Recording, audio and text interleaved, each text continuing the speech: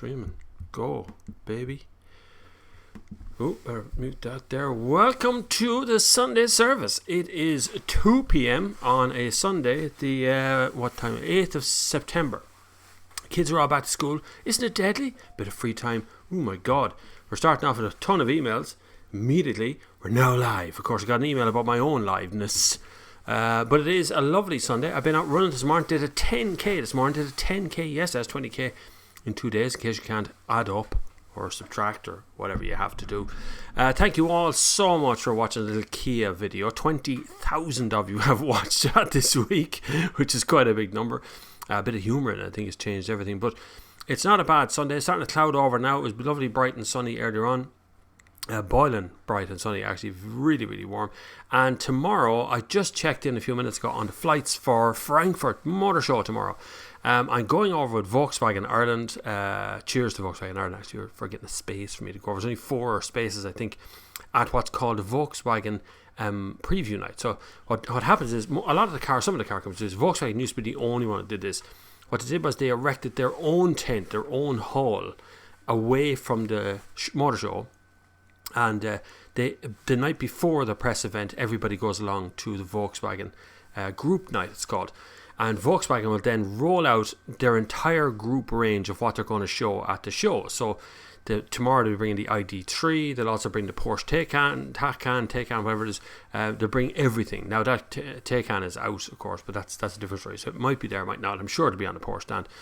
And it turns out usually you get up close and personal with some of the cars the day before the event. Now, that's not always a good thing because there's hundreds of people that'll be there with me at the same time, so it can be a real bun fight to actually get close to some of the cars. And when I say bun fight, I literally do mean pushing people out of the way so you can get in and see what the car is like. So I'm going to do my best to get some footage from that tomorrow and upload that as quick as I possibly can to the channel here so you can see it for yourselves, and hopefully you get to see the ID3 interior. And we get to see what the ID3 looks like without all its camouflage. I know we've seen some pictures and stuff, but never really seen it in metal.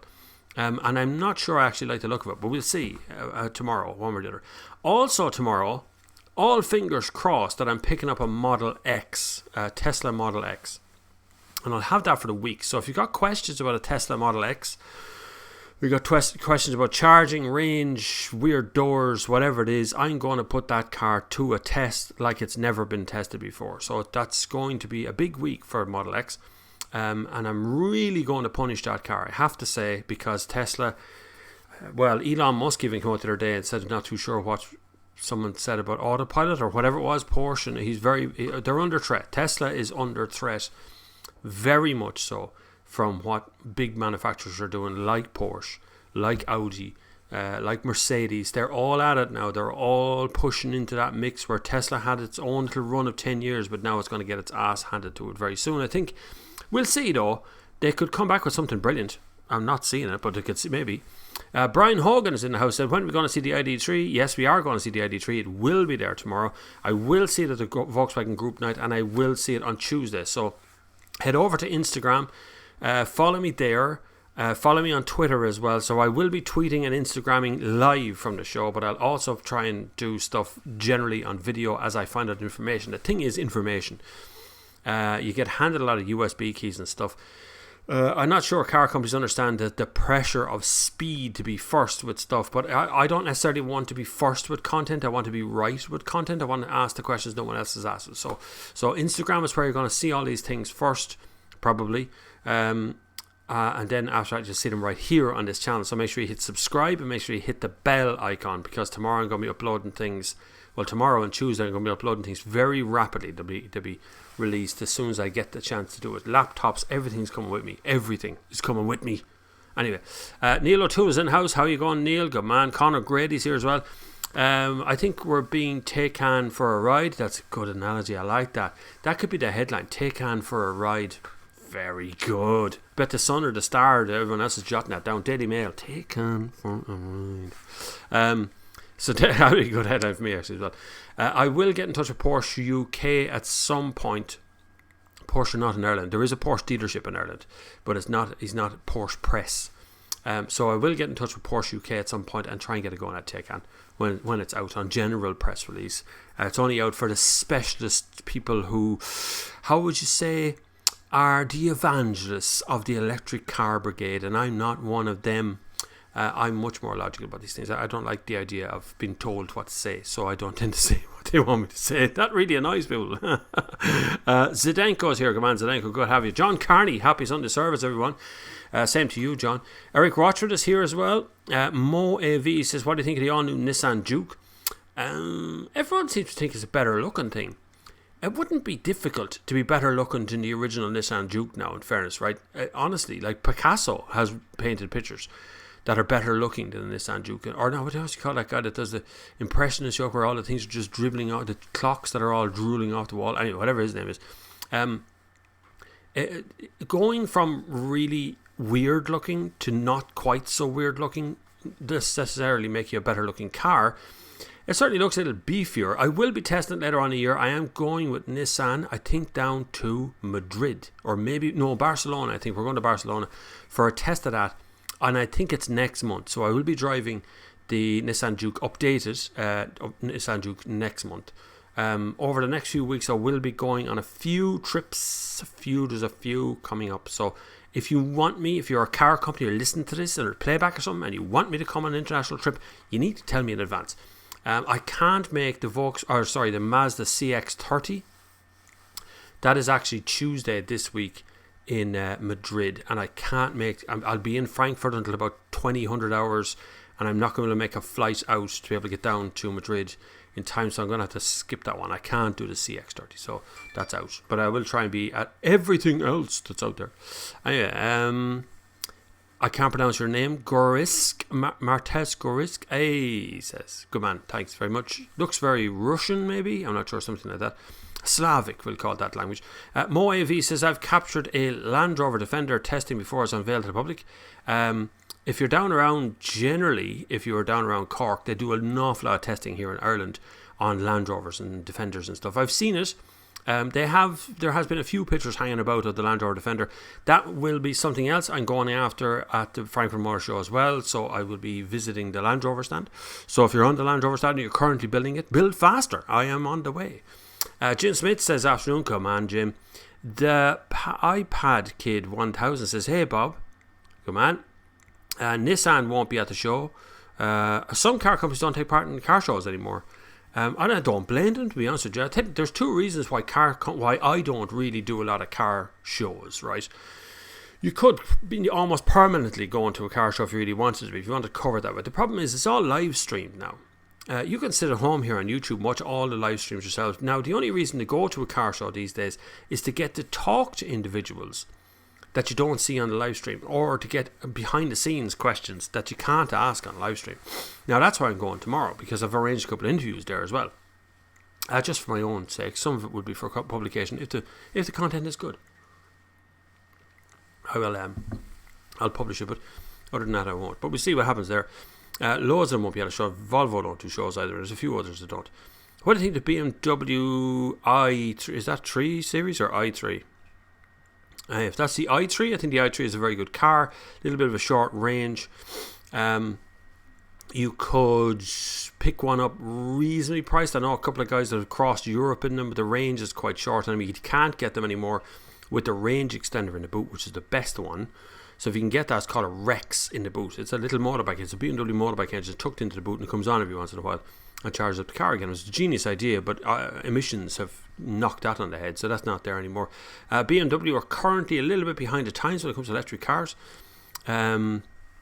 We'll see where they go with that one, but they really got to pull their finger out of the pie here real fast to start building stuff, because they were so far ahead of the curve with the i3 and the i8 and all these cars, and everyone's going, wow, look what they can do with these cars, and then they just lost interest or something. I'm not sure what happened to them. It just seemed to go, that's it, we're done with that. When everyone said, where's the 3 Series electric, where's the 5 Series electric, didn't happen. Anyway, we'll see what they do over the next while, but BMW right now should be really desperately, every day they should be trying to build something new.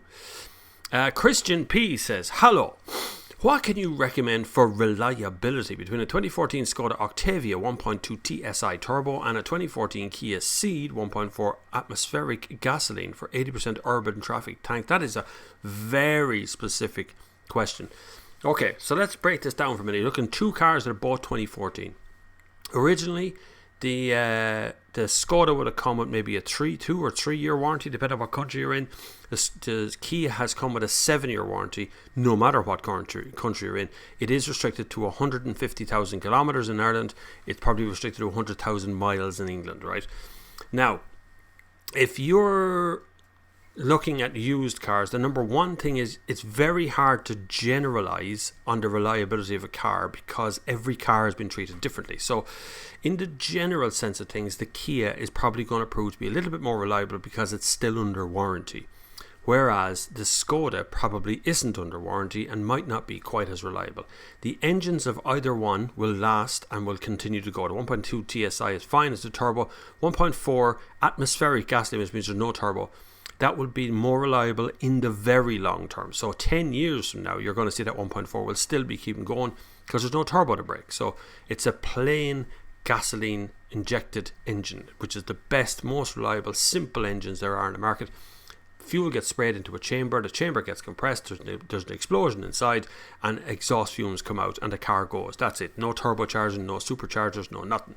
They're the most reliable engines. But interior fit and finish, either one will probably last as long as the other. It's not really going to be a big difference because that's depending on how they're treated.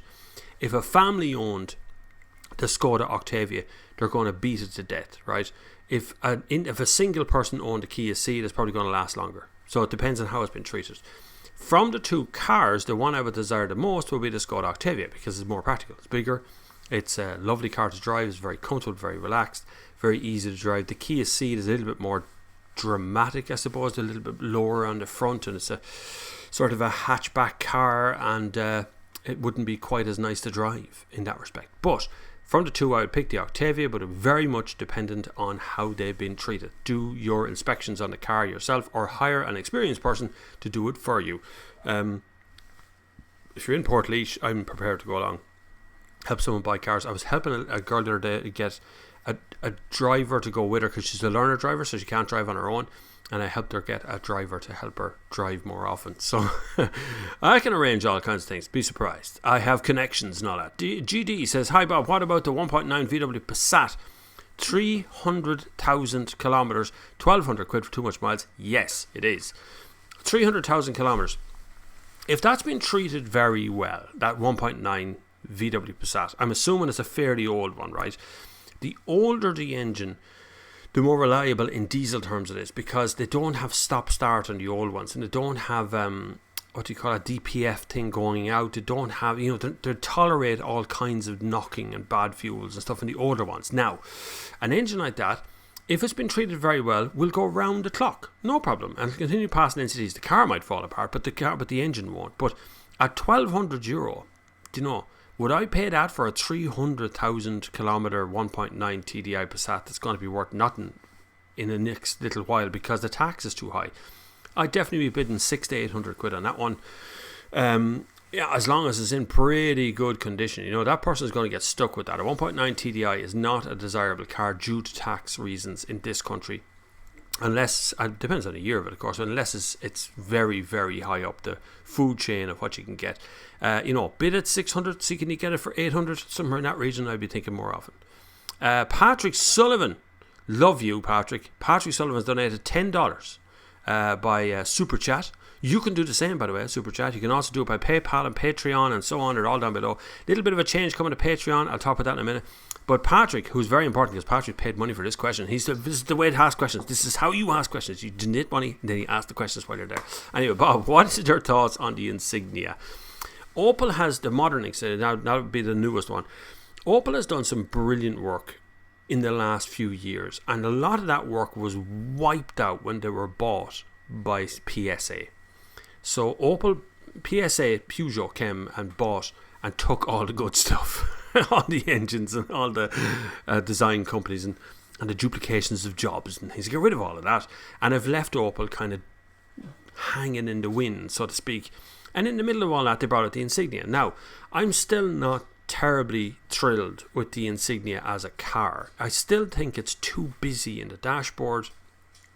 I think it's a kind of a difficult car to live with. I still find it difficult to get a comfortable spot in the seat to be able to drive for a long time. It seems to be catered more towards a short person. I can't quite work it out. Every time I get in, I feel like I'm a giant sitting behind the wheel. Whereas a Ford Mondeo or a Passat, I sit in it, I feel like a dwarf because the car feels gigantic around me. So it depends on your aspect in that respect. But there's so much choice in that very narrow thread at the moment of the kind of saloon hatch estate cars that are out there. Don't kind of focus too hard on Opel and Insignia, because you're getting a Peugeot engine and you're getting the technicalities that have come in from a German brand that are attached to a French brand. So just be aware of that. Not saying something wrong, but they've had a recent change of managing director. Opel Ireland has had a recent change. James Brooks, I'm not sure I'm not talking out of turn here, but James Brooks has moved from the MD of Kia to the MD of Opel. So see how that pans out. James Brooks is a guy I've gotten on with for many happy years. He's a lovely guy. Driven multiple times on international trips with him in the back of the car. So it should be good. If he's made that move, it must be a good move. But Opel still haven't landed properly from that takeover from PSA, so I'll still be dubious of recommending what's going to happen next with their Insignia and the rest of it. There's just so much choice in that. You got Superb, you got Passat, you got the Kia, what's that Kia one called, a nice kind of fancy one, etc. as well. There's loads in that saloon market, so just be careful that you don't get caught doing too much into the one brand. Moe V says test drives are available at IAA 2019. What is required? Test drives. There are very few test drives at motor shows. Sometimes around the edges outside you might find them. You'd have to register online with a particular company to get that test drive in the first place. Almost everything I go and see is a concept and not driving yet. So there probably isn't a floor plan in it. There probably isn't an engine. There could be anything in it. God knows what's going to be in the car. Sometimes they are completely unfinished. They're just showing you the exterior design. They don't want to show you the interior. Sometimes the interior just comes out of golf and they just stick it in and hope for the best. The ones you got to fight for actually is the Chinese who come along to motor shows, because they'll elbow you right between the two eyes to get under the car, take a picture of a nut that they want to copy and make their own car. That happens a lot. Click the like button, please, everybody, if you wouldn't mind. It really helps the channel, and it really helps YouTube pay attention to the Sunday service. It sends us more people to ask questions, which is always good. Don't forget, this comes out as a podcast. It's about 3 weeks behind the moment, so I'm going to be uploading 3 podcasts over the next while. So it's a 2-hour podcast. If you go running like I do, podcasts are very important. So you can download that totally free. Costs nothing. It's all free here. We don't get paid at all. It's great. But if you can support the channel in some way, there are links down below. So thank you very much. Gray J says, what do you think about peer-to-peer power delivery and distribution systems? Now that's a technical question. That's a whole different... Hang on. We have to stop for a second because John Kendific, I think I pronounced your name wrong there, John. Hold on, I'm just going to open the email now because John Kendific has sent some money. Kendific, he has, yeah. He sent some money by PayPal. You're very nice, John. Thank you very much for supporting the channel. It's always good. If you've ever got a question, email me directly. I don't think you've got a question attached to that. No, you have not. So thank you very much. You are the man that makes the wheels turn on this lovely channel and keeps it all absolutely free for everybody, and supports the channel with equipment and kit and all that sort of stuff that I have in a backpack sitting over there I'm currently trying to pack, including this laptop that I'm working on at the moment. Anyway, sorry. Peer-to-peer power delivery and distribution systems. In what respect do you want to talk about peer-to-peer delivery and distribution? Distribution of electricity, distribution of what kind of power you'd have, what kind of peer-to-peer stuff. Expand on that one for me, Grey J, so I can elaborate and get down to the nitty-gritty of that question. I'll come back to it though. Anders, I can't pronounce the last name. Afternoon, Bob. Do you think the ID3 will be the biggest news in Frankfurt next week? It will if something happens. We know an awful lot about the ID3. They've already had some test drives. You couldn't see the dashboard or any sort of stuff in a test drive. And I think they are worthless test drives. They are worthless to the general public. They're a money grab by people like Fully Charged Show and all. It's a money grab thing. They're being allowed behind the scenes to drive a car that is completely unfinished, that is just a prototype. It will bear no relation to the end product, but it's a money grab by them. So I think that's totally unfair, and it really does damage to the consumer market out there, because it makes you very excited about an ID3 and then it comes out and it's quite boring. It's just another electric car. But we know an awful lot about it already, so I don't know if it's going to be the biggest news. I don't foresee anyone, they don't do it anymore. They don't kind of keep it all behind the scenes and suddenly release things at a show anymore.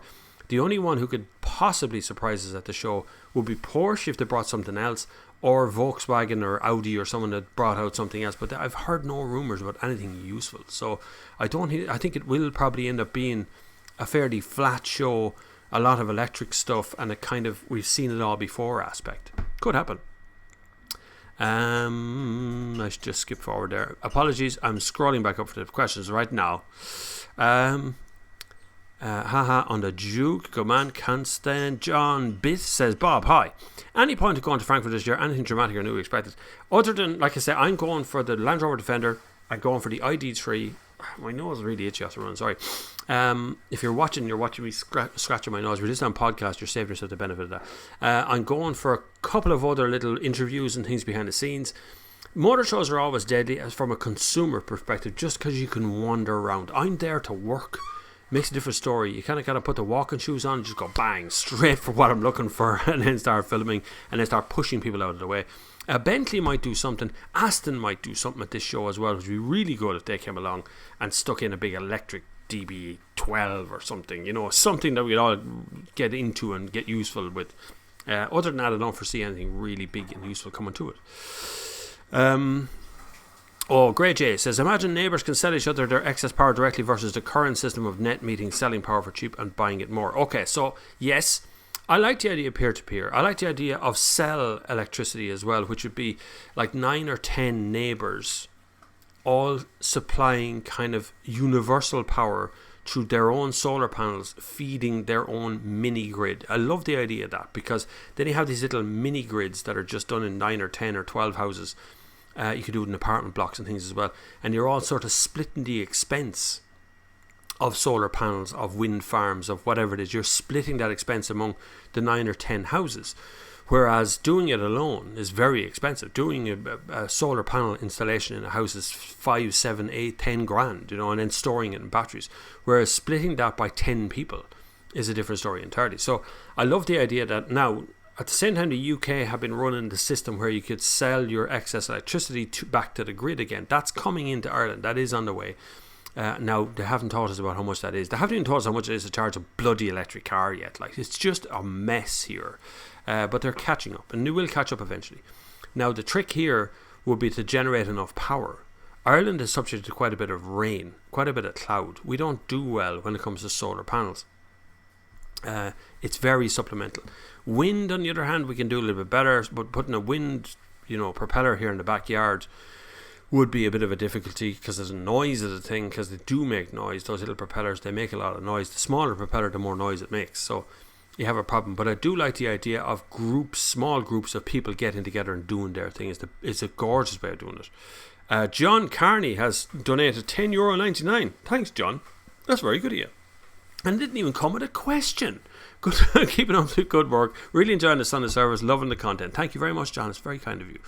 John is a driving instructor and has been for a good many years. I met John good many years ago now at this stage, John. In a different life. I have tea today.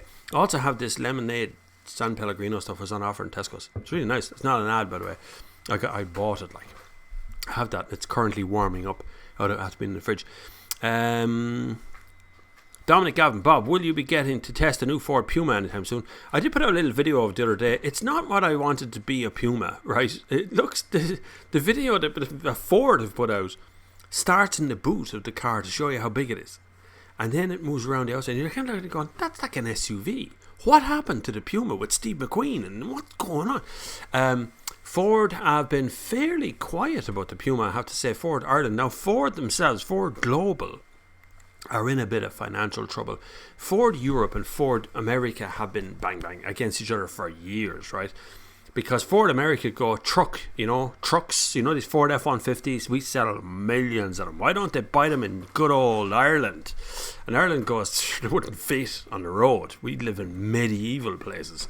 And so they've always had this kind of a little row going on. But now the row has become a little bit out of proportion. And America does rule. America does come over and go, listen, Ford Europe, we're cutting your funding. So that happened. And then Ford Ireland got themselves a little bit of difficult as well, because Ford UK said, Ford Ireland, I think, you need to be a bit smaller. We can't support all these jobs. You're going to get rid of some people.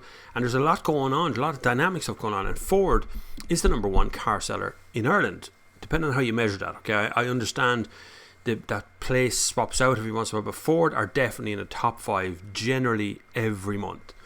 And yet, they have too many jobs. And yet, they have the most amount of dealers in the country. Yet, there's so much going on. So, whether they'll launch the Puma internationally, nationally, not sure what they're going to do. So I'd love to get a drive of one, because I love by the way, if you can find yourself a 1.8 litre Ford Puma in any condition, buy it. Break the piggy bank open, buy the thing, put it in the garage, nice dry garage by the way, put it up on jacks or whatever you have to do with it, and start rebuilding it. That thing is going to be worth a fortune in the future. It will be definitely a timeless classic, just like the Cortina is, just like the Granada is, just like they all are. So, okay, so just remember, Ollie is watching the Formula 1. I'm the only live stream, I think, on Earth that competes with the Formula 1. You know that? I don't watch Formula 1. Well, I do sometimes. A little bit of it. Right, where were we?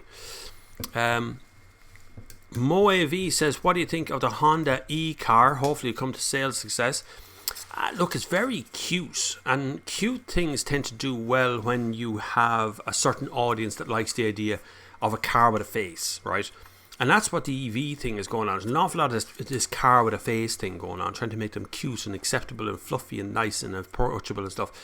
But really, a car, the secret to being a good car is to be a good car. And that means family have to fit in it, stuff has to fit inside in the boot, it has to go a long way, it has to be reliable, it has to be safe, it has to be all these things as well. So if Honda can tick all the normal boxes of just being a car and be cute, it's going to be a rocking sale. But then if you look at another very, very cute car, is a Suzuki Jimny, right? Not electric, by the way, but just Suzuki Jimny. That they can't get enough of them. They can't make them quick enough. They can't get them out.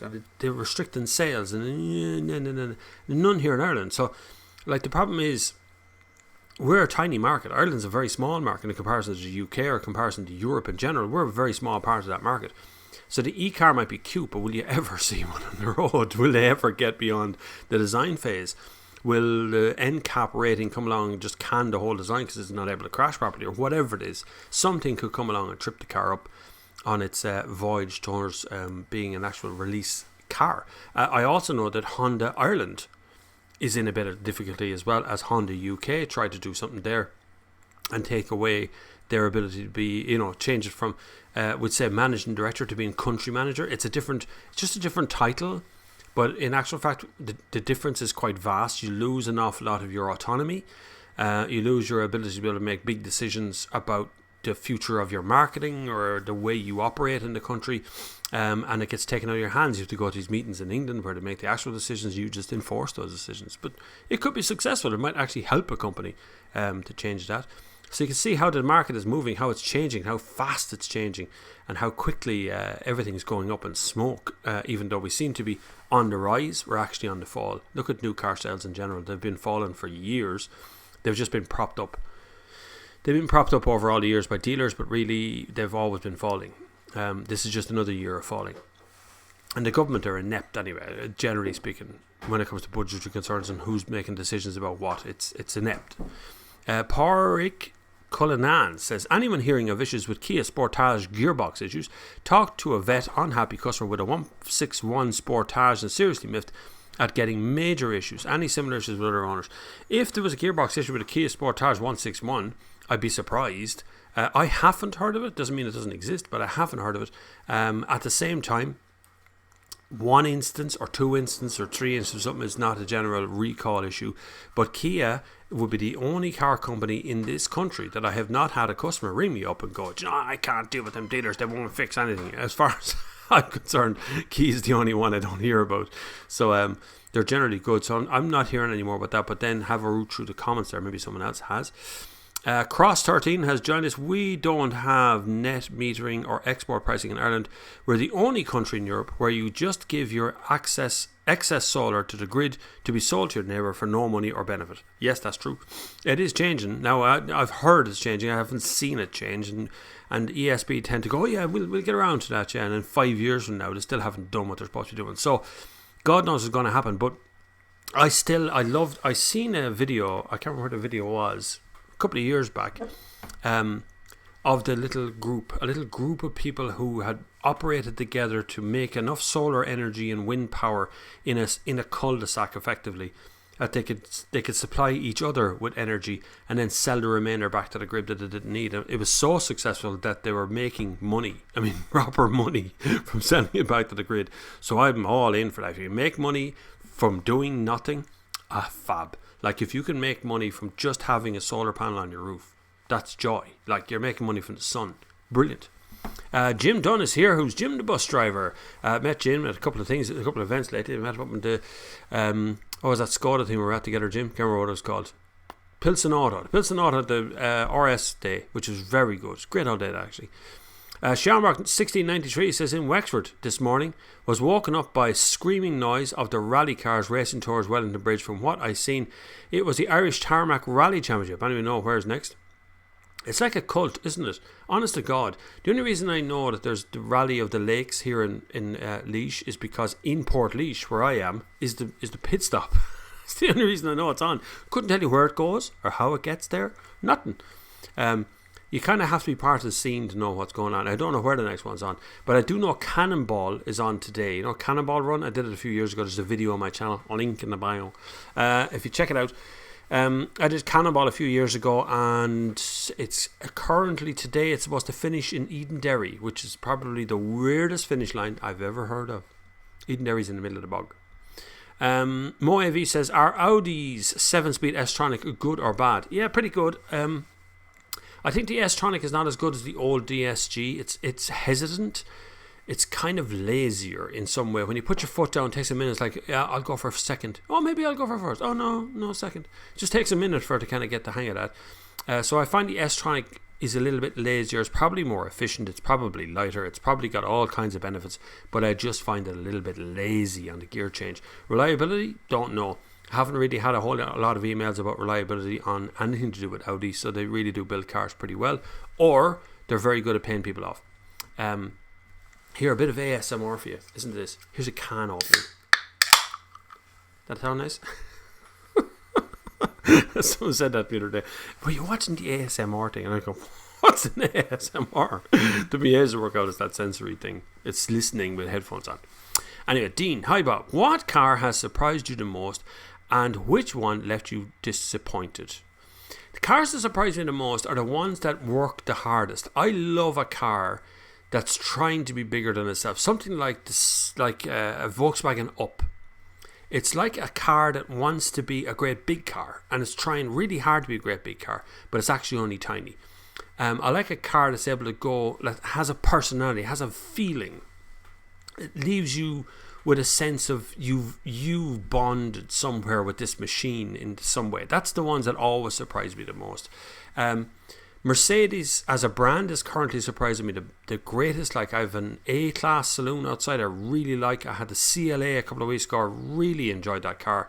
They're small, they're light. It's like Mercedes has learned how to make small cars. Cars that left me mostly disappointed have been the modern rash of anything Range Rover or Land Rover. They're good, but they're not great. They're only great at the very top end of what they do. So when you buy a fully loaded Range Rover Vogue or Range Rover Evoque, you go, wow, what a car, this is brilliant. When you buy the entry level things, it's like, good God, could you really have made this any more of a miserable interior? So they're the ones that leave me disappointed. When you have a luxury brand, but the spec that they put on or the spec that they offer to the customer has been just reduced to nothing. It's just nothing. You might as well have bought a entry level Kia, for instance, or something. You know, they're the ones that leave me disappointed. But surprisingly, I've always surprised myself because I like big trucks. I like the Amarok, I like the Raptor, I like the Ranger, I like, you know, those kind of big yokes. That always surprises me. That's a good way of getting surprised about things. Cahill King, hi Bob. Why is Ireland, the ESB, so slow at getting public chargers in place? Is there any private company to hurry this up? Currently, there's 2 private companies. So Ionity is coming to Ireland now. Ionity, you see Audi going on about Ionity or Tesla going on, but actually Ionity is just a fast charger. It's a CCS charger that you pay for, right? I think it's £6. I might be wrong. I could be wrong. Don't quote me on that one. But I think it's €6 to fill your car. But it doesn't matter if you're putting 30% of your battery in or 100% of your battery in. It's £6, right? As far as I know. Now, they're a private company that are building fast charge stations across the country. The ESB is terrified to compete with that. That's the problem. They don't want to compete with that because they can't be seen, because they could obliterate. They're fully funded by the government, ESB. So they could obliterate Ionity in the morning. They could literally just move the spending from one place to the other and build as many fast chargers as they like. That's the problem for ESB.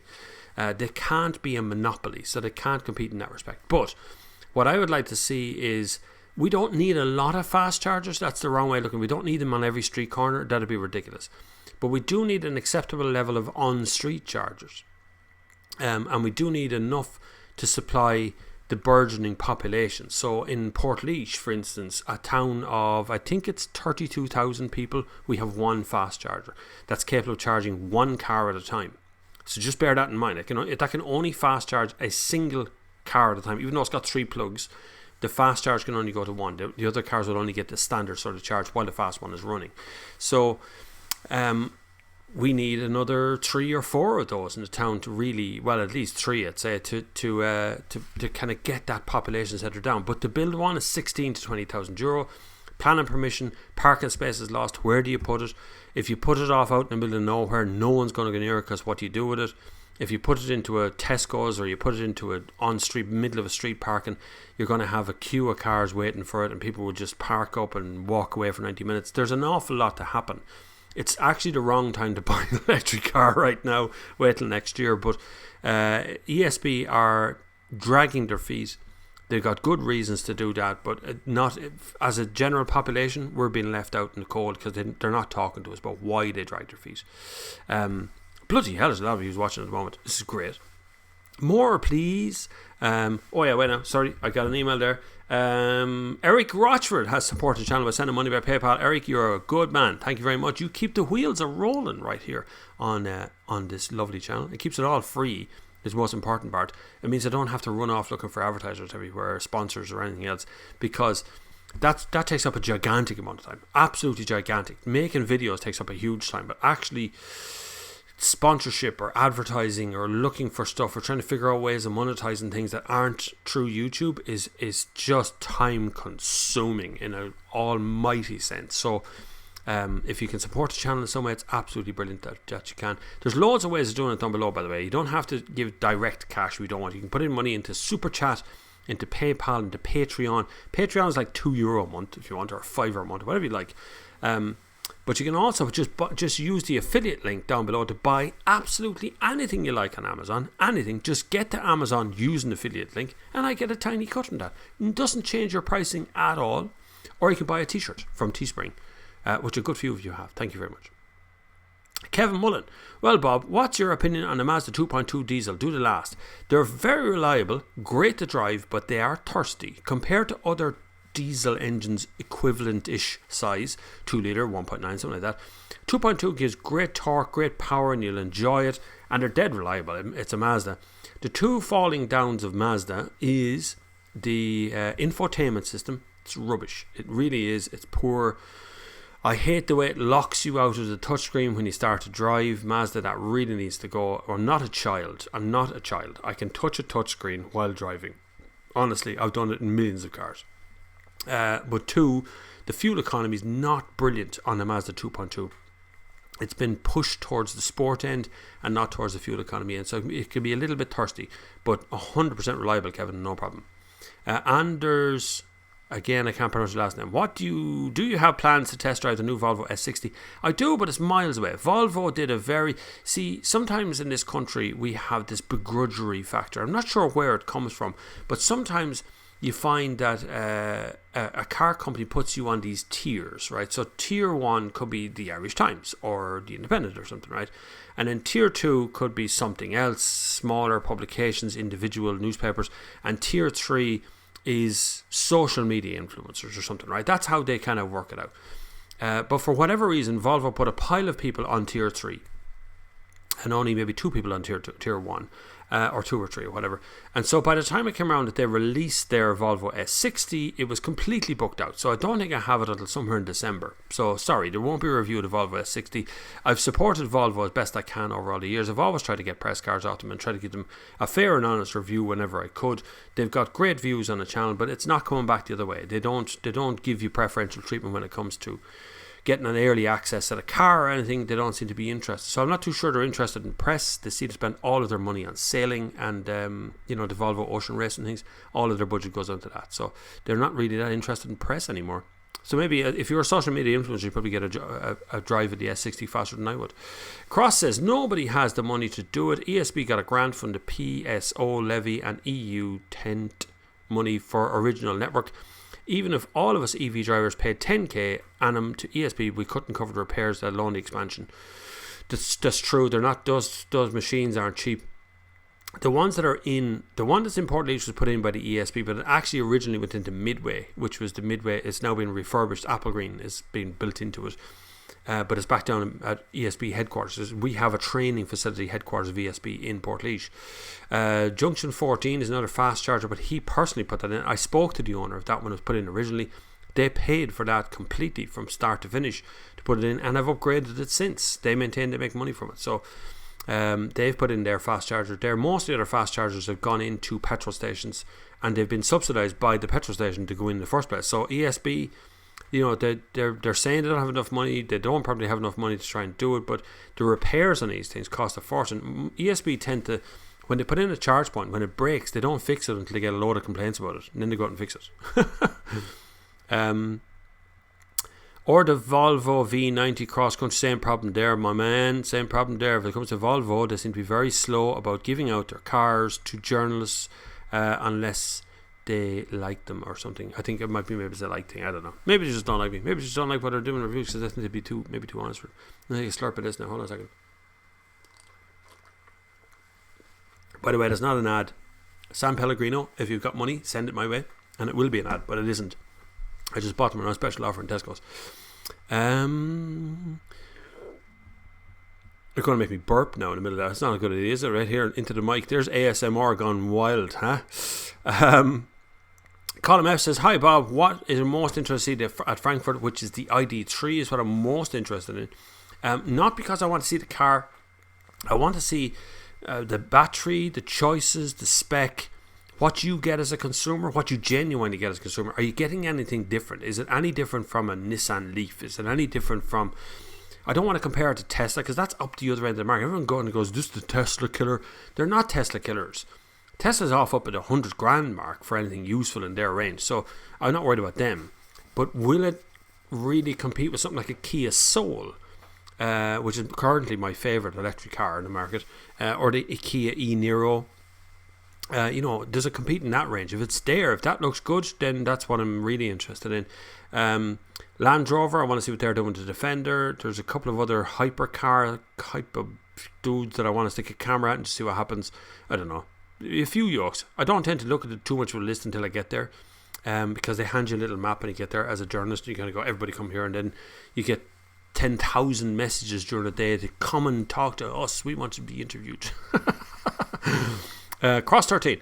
Announcements since have been chump change. 4 million only reimbursed ESB for out-of-pocket spending. They have some money for 10 multi-rapid hubs in quarter 4 2019, quarter 1 2020.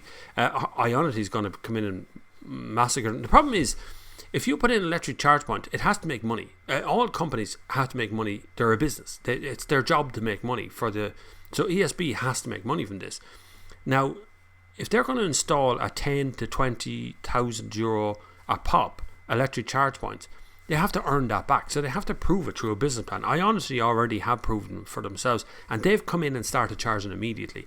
The Tesla fast chargers, those superchargers, they're already charging immediately. It's only the ESP that gives it out for nothing. Like there's one of the biggest problems straight off. They should have charged from the very beginning. That would have stabilized the market. That would have either put off the kind of people who bought electric cars to drive on free fuel. You would have put them right off because there wasn't free fuel. You know, they should have done that from the start. They shouldn't be looking to retrospectively start doing this. We still don't know how much electric cars are going to be to charge from anything. Roderick James, great name. Release Roderick. Is the ID3 waiting for? Is it worth waiting for? So I assume you mean, or is the e-Golf still worth it? E-Golf is just reduced in price in the UK. E-Golf is a very short range. It is a Golf, which is always a good thing. It's practical, 5-door hatchback, proper size boot. You can do fairly high mileage in it. It just requires a bit more often. You seem to be looking for charge points quite a bit more in an e-Golf because it's got a smaller battery in it. But if you're charging at home, you don't really notice it. It's one of my favourite electric cars for that reason, because it's just a Golf. You don't even notice the difference of it that much, and it gets on with the job very, very well. If it's gone down in price, it's probably worth a punt at this point. If you can get a used one, it'd be worth a punt as well. You know, if you're going down that direction, the ID3 is going to have a waiting list. I'm promising you that. It's definitely the way Volkswagen are pushing at the moment. You're going to have at least a long waiting list for that. There's already a long waiting list for an awful lot of electric cars out there. You know, you're talking upwards of 6 months because battery supply, because factories are retooling, because of all kinds of purposes in the market. And still it's only about 2% of the market, looking to rise to maybe 4% of the market by the time we reach the end of next year. It's still a tiny proportion of the actual car sales market. Cross says the latest 1,000 chargers by 2025 announcement is just street side AC chargers and less than the current network of 1,200 we already have. In that case, yeah. We still have other problems as well. I talked to a mate of mine the other day, Neil Briscoe, another modern journalist as well for the Irish Times and Complete Car. He has a problem. His street charging is on the other side of a path. So he's trying to figure out a way of putting a charger over a wall to charge a car out the back of his house. And he's real problems with getting the car charged, and he's trying to test the cars as well. He also had a problem that he went all over Belfast looking for a charge point. None of them were working. He eventually found one, but it took him a long time. I cannot pronounce that name at all. It's not. It just looks like Scrabble words thrown onto a page, but it could be your real name. Do you think electric car demand has peaked last year? I feel the economics isn't there. I won't say it's peaked. There is a problem, right? So there's a disconnect in this country. People are moving to PCP. So people are going, I'm going to get a car for the next 10 years or 3 years or 10 years or 5 years, whatever it is, but I'm going to pay for it initially with PCP. And so they're walking into a showroom going, I want to pay €299 a month. When they're not looking at the overall value of the car being €40,000, €50,000. A Hyundai Kona is €49,000, and then you get €5,000 off that, and you get €5,000 more from the government, making it €39,000. And then you might get a discount here or there for something else, or you might get a charge point or something. It's really expensive. That's why electric cars are not taking off. And then there's this massive uncertainty. Will it cost more money to charge on the street than it costs to fill a tank of diesel? This is the stuff that's going into normal people's heads, right? And I don't want to put electric cars on my ESB bill. It's going to cost me a fortune. Is another one I hear a lot when I've never noticed. As many electric cars I've charged here, I've never noticed the bill go up by anything from charging cars. So I don't know if it's peaked. I think the interest, the newness, it's like finding out that the iPhone 11 is coming, and God, iPhone 10X looks old, right? It seems silly to do that way. At that interest level doesn't result in sales, and that's where the problem is for electric cars at the moment. A lot of interest, a lot of talk, a lot of knowledge. I'm giving a talk this year at the Ideal Home Show. I'm literally going to stand on the stage in front of hundreds of people and tell them all about electric cars, and have roundtable discussions and all kinds of things with people at the Ideal Home Show. So if you want to come along, buy some tickets to the Ideal Home Show and come along and see me talking live. I don't know how that's going to turn out. I haven't written a word. I suppose you should write down something, shouldn't I? But that interest is there, but they're not turning it into sales. That's not actually people coming to buy some cars. That's the problem. So it's not peaked. it'll come back around once more cars come on the market. I think 2020 will see the ID3 out. We'll see another couple of cars from every other car company. We'll have the Peugeot 208e. We'll have Citroen one that's on the way as well. There's a Citroen coming.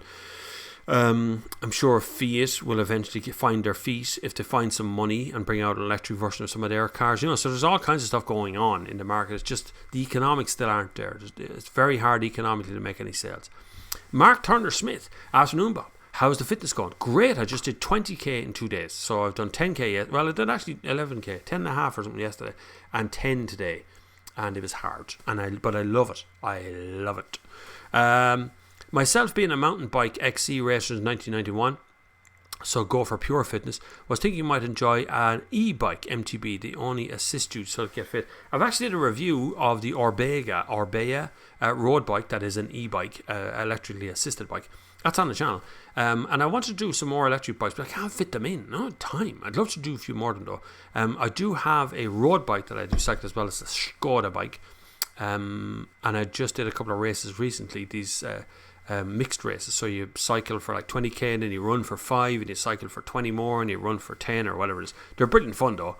Mark Turner Smith says, would be fun to do an Ireland cycle tour my honeymoon when I got married in Cork and Kerry area in 1999. Yeah, I'd like to do a cycle tour as well. I'd like to go long distance. The problem is a lot of the cycle routes and things, you want to bring your kids, your wife, your less than fully confident cyclist. A lot of the roadways just fade out. You're cycling along and then suddenly you're on this really narrow little road with 40-foot trucks on it. And that's the problem in Ireland. We just don't seem to join up any sort of thinking on that. There is meant to be a good place. I have a Cara magazine here somewhere, which you get free on Aer Lingus, by the way. The only thing Aer Lingus has ever given me for nothing is a magazine. And in that, there is a riding down around Waterford article, which is very good. I don't know if Philip Nolan wrote it. No, he wouldn't cycle that far. I don't know who wrote it. I can't find it now. Isn't it terrible? Life Cycle, there it is. County Waterford's written by Nicola Brady. I know Nicola. You can cycle around Waterford. I know Nicola, she's on Twitter. But that looks like an interesting sort of a cycle you can do. They've shut down a sort of a train railway and you can cycle along beside it. Seems good. Catherine Shanahan. Hi Bob, just found you on YouTube. Thanks Catherine. Subscribe for more and make sure you click the like button and the subscribe button and the bell and the other bits and all the usual stuff. Anyway, just found you on YouTube yesterday and your videos are great. Thanks very much. Liked your video on a Peugeot 3008. Thank you. That was done years ago, but it was good. It was a good video. It's been on YouTube now for like 6 or 7 years, I think. It's weird. Every once in a while I get a comment on a really old video and then I click the video and I watch it a little bit like, oh my god, well, look at the state of me. Oh my hair is all black and everything's great. Now it's all grey. I'm old now. And YouTube has done that to me. YouTube gave me premature aging. I feel like a child though at the same time. I have the best job in the world for sure. Cross says, wind doesn't make any sense on a domestic scale. Solar works well in Ireland. Only issue we have is a disproportionate drop in production during our winter months. I make 10 times the power in July versus December. Yeah, it's gas. And I was actually watching some sailing videos. I have a fascination with doing yachting, cruising, on a yacht. There's a load of little tiny YouTube channels.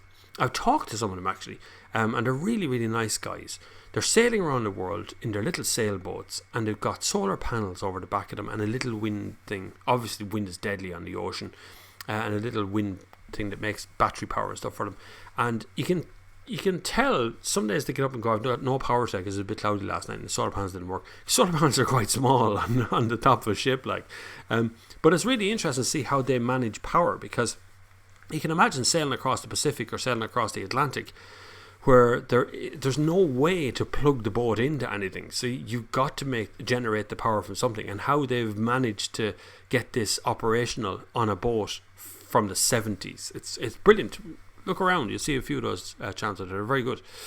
Eamon Blake says, well, Bob, what are the chances of doing a review of the new Ford Raptor? See a new Ford dealerships in Ireland. I've got a few in. I will be doing a Ford Raptor video. It is December when I'm going to be doing it. I'm trying to get some permissions to bring the Raptor into places that it's not designed to go. Well, it is designed to go, but I'm not allowed driving. We'll see. If I can get the permission, it's going to be a good video. But there is a Ranger Raptor video on my channel. I was down in Morocco earlier on in the year, a place called Essaouira, south of there, we did a lot of beach driving and into the kind of western Sahara. A brilliant trip.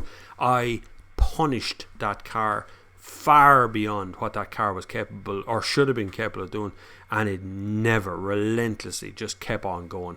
I threw the worst of sand dunes and the worst of everything I could think of at it, and it was fine.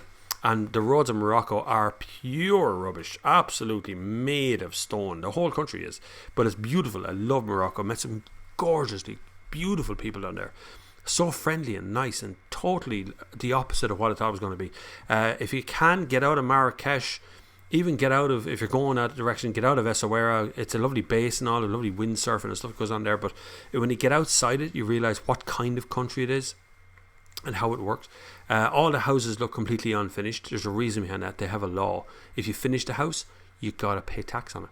If you don't finish the house, you don't pay tax on it. So none of the houses are finished. Simple as that. Even though they've been up there for 15 years. So I will be reviewing the Ford Ranger Raptor in December. I think it's the first week of December or something like that. It seems far away. It's not, honestly. Look, if you're not shopping for Christmas already, there's something wrong with you. Mark Turner Smith, talking of the Ford Puma, what about the Ford Probe Cougar? Never sort of overcame the Ford Capri. I liked Vauxhall Calibra, great car. Vauxhall Calibra, some yoke to drive. That was a great car. Vauxhall lost their way after the Calibra. I love the VW Corrado. Corrado was weird, actually. Corrado was a kind of funny car. Looked deadly. And drove brilliantly in a straight line. Wasn't so hot on corners. Had a habit of understeering at just like the strangest times. You're through the corner and then it understeers. It was a funny way of driving. It was fun to ride now, I'd say. It looks great collector's item.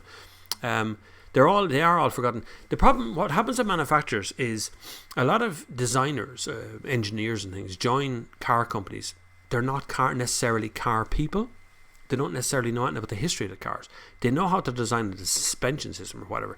And when you're standing there as a journalist and you're talking to an engineer and you go, did you base your design on the Vauxhall Calibra? And he looks at you blankly because they never heard of a Vauxhall Calibra. You know what I mean? They didn't do any history. That happens a lot. So a lot of people who work in Volkswagen will have never heard of Corrado. Will have never heard of, have never driven an original Beetle. They've never driven whatever it is. Whereas younger companies like Kia or like Hyundai or something will know their history because it's quite young. Kia Europe have a line on the wall in their offices. I've been there, and it says before Seed, after Seed. It's funny, Seed made the company, so it's something else. Like in between the whole lot, it's something else. See that kind of thing happen. How one car can change the fortunes of an entire company. Simon Thompson heading to Frankfurt next Monday. Good man, that's tomorrow. Tomorrow, so I'll see you there. I'm sure at some point tomorrow. Oh, it's next Monday, maybe Monday week. You can go. It's on for, I don't know how long. It's 3 weeks or something. It's on for. I think it's on quite a long time. Yeah. Simon Thompson, when are you coming up north for a spin? I don't know, quite honestly. It's that busy at the moment. I'm supposed to go to Poland to meet up with Marek Drives. If you don't know who Marek Drives is, check out his channel. It's on YouTube as well. He wants to come over to Poland to do a drive with him in October. But October for me is starting to fill up with work, so it's really hard to kind of compress it into a weekend. So I'm going to try and get over there and we'll make a video together myself and Marek.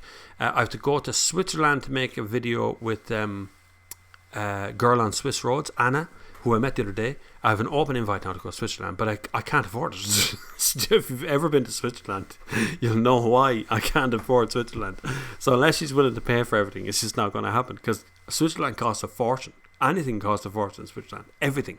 Everyone who flies into Switzerland drives over to France. Even Skoda. We went on a Skoda trip to Camac, was in Switzerland. We landed in Switzerland and we drove into France. And then we tried to have lunch in Switzerland, and the man from Skoda was going, this is €55. Really expensive. Anyway, it's fine. But I'm going to try and achieve those two things this year if I can. But definitely I'm going to go over to Marek Drives. And I have to get up to north as well for a spin, so I'll get up there eventually. Cross says, I really like the Honda E coming from the i3. Love the interior. Only issue for me is small capacity pack. That'd be me as well. Disappointing to see the Honda made such a cute looking vehicle, a really properly cute thing, highly desirable. But then the mechanical bits, the bits that you really need to work, is the battery pack and the range and the stuff, and they didn't really drive that on. So I think that would be a deal breaker for me on buying a car like that. That you're looking at, it's terribly cute, but you're just going to be plugging the bloody thing in every 10 feet. You know, it's just a pain in the hole. And I know from like the early days in Nissan Leaf and you know, having those cars, and I drove home in a Renault Fluence ZE. Drove it from Dublin, Sandyford, where I picked it up, to Portlaoise, but I had to stop for a fast charge in Junction 14. I wasn't able to get all the way there. This is a while ago now.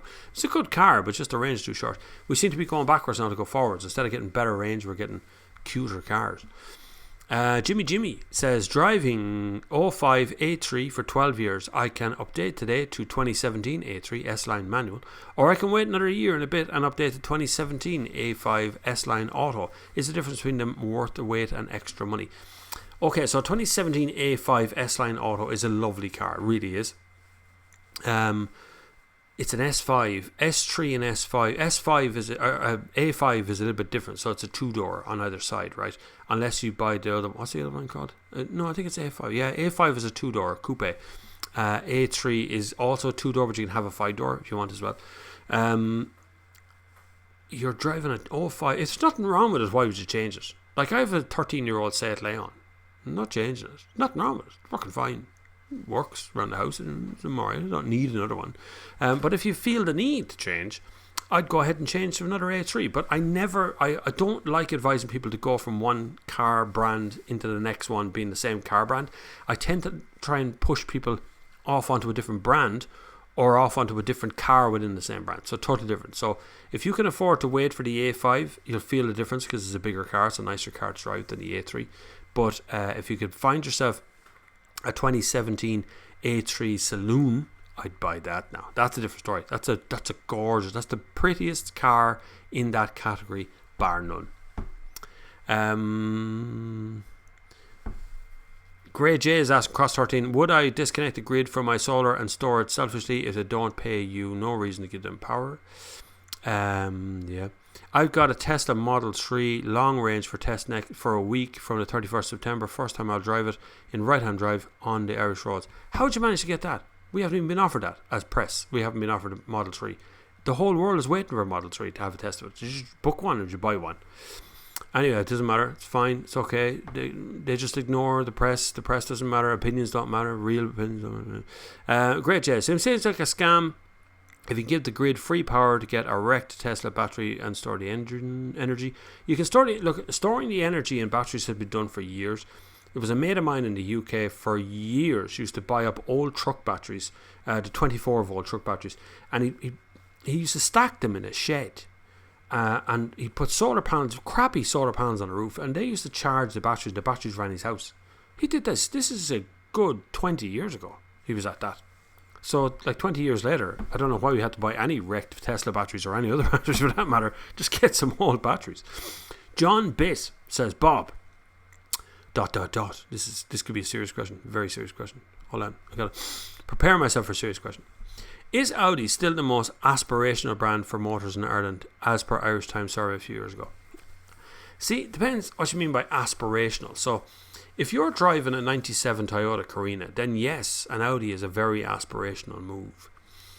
But I would suggest aspirational is a subjective thing and nearly impossible to measure because it depends on who you ask. If you spend your time hanging around Blackrock and ask a pile of questions, do you think Audi's very aspirational? To go, well, you know what? I drive a Bentley. Not really, no. So it's a step up. As aspirational goes, as you aspire to reach some other brand. Look, if you look outside the door here, you're going to find maybe 15 to 20 Audis standing around the place because it is an aspirational brand, but it's actually a mass-produced aspirational brand. Same as Mercedes, same as BMW. The ones that are truly aspirational, things like Aston Martin and things, that's something to aspire to. That's something you kind of a little bit more unique, something a bit more unusual. Buy an old DB9 or something, you're going to look $1 million straight out of town in a car that's from 2006. You know what I mean? So aspirational is a funny thing. It's a subjective word. It's a bit like saying that you aspire to climb over a fence when the fence isn't very tall and I could jump over it in one go. It's an aspirational thing. It doesn't mean a whole lot. Audi be one of them, BMW, Mercedes, they'd all be a kind of an aspirational brand for a certain kind of person. Other kind of people just use them as tools. There's a mate of mine He's a builder. He's driven an S-Class for as long as I've known him. Basically as long as I've known him. Driving Mercedes forever. It's not aspirational to him, it's just his tool. It's his car. It gets him around. I sell power commercially, says Cross, because I have a wind farm. So I throw the home and farm meter under the same account and get paid. The issue with going off-grid in Ireland is to get the trough from November to January. Oh yeah, so going off-grid in Ireland is during our dark months. So while Ireland doesn't suffer from 6 months of lack of daylight, not like Northern European, when you go very far north, it gets dark and stays dark for a number of months. We do have a very reduced point of daylight. So once you kind of hit the late November point and the hours, particularly hour switches, you get up in the dark and you come home in the dark. You see very little daylight hours in between to charge up batteries and things. So it can be a bit of a problem that way. Grade J, you don't need to go off grid, get a transfer switch to the battery, just stop giving them power and store the power selfishly in the battery in personal use. No reason to buy solar, sell the grid, anything really, okay. Home batteries basically required by the rules in Ireland.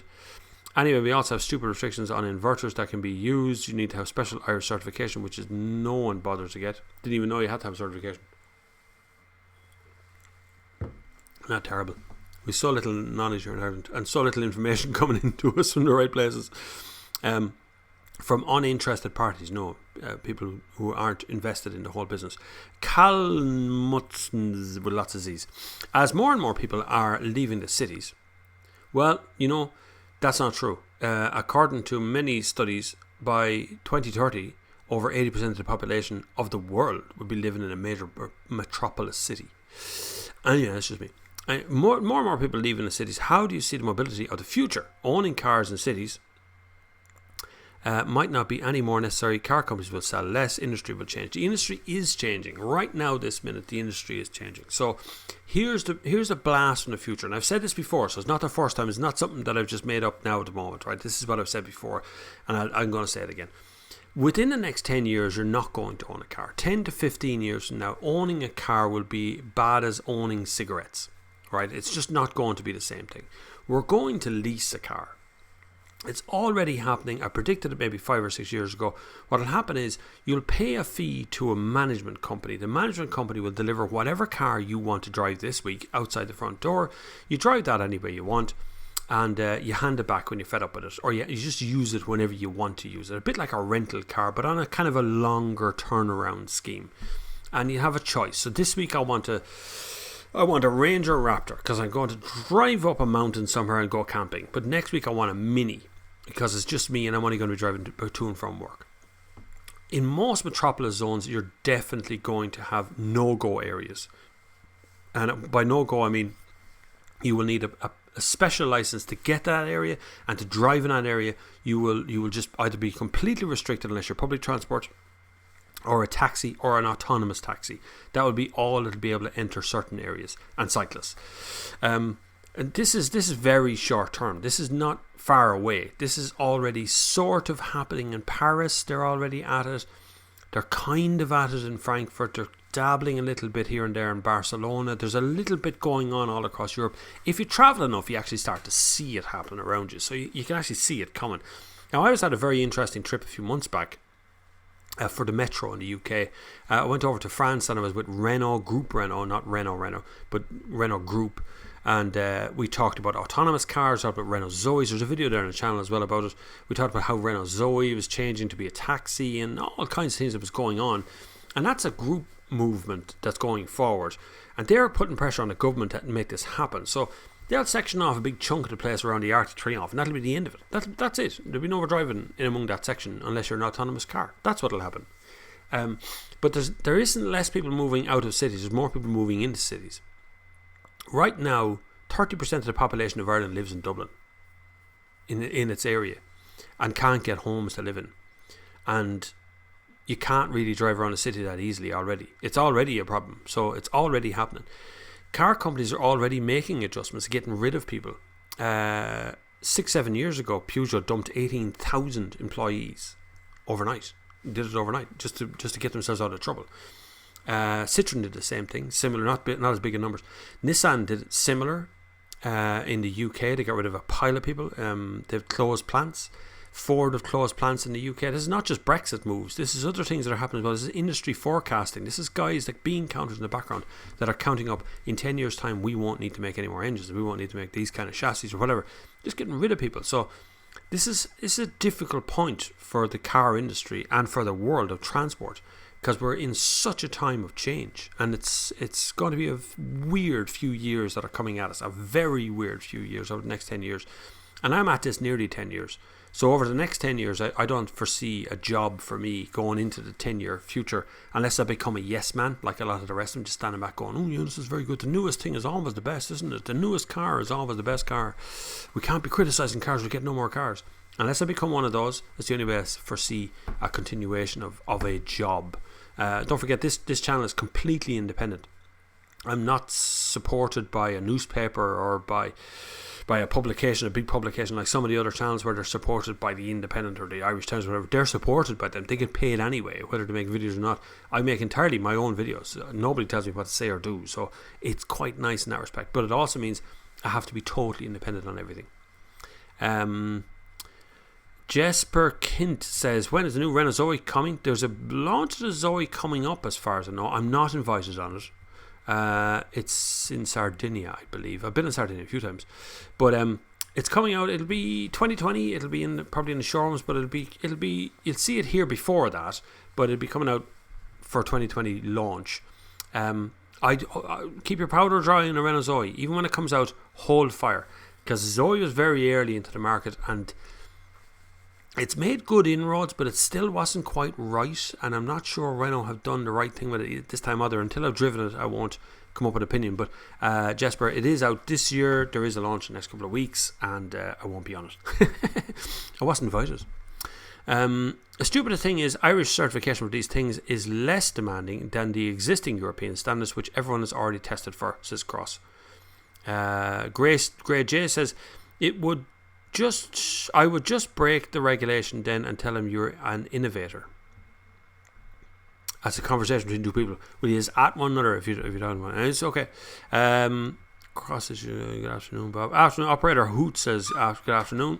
Good afternoon to you too.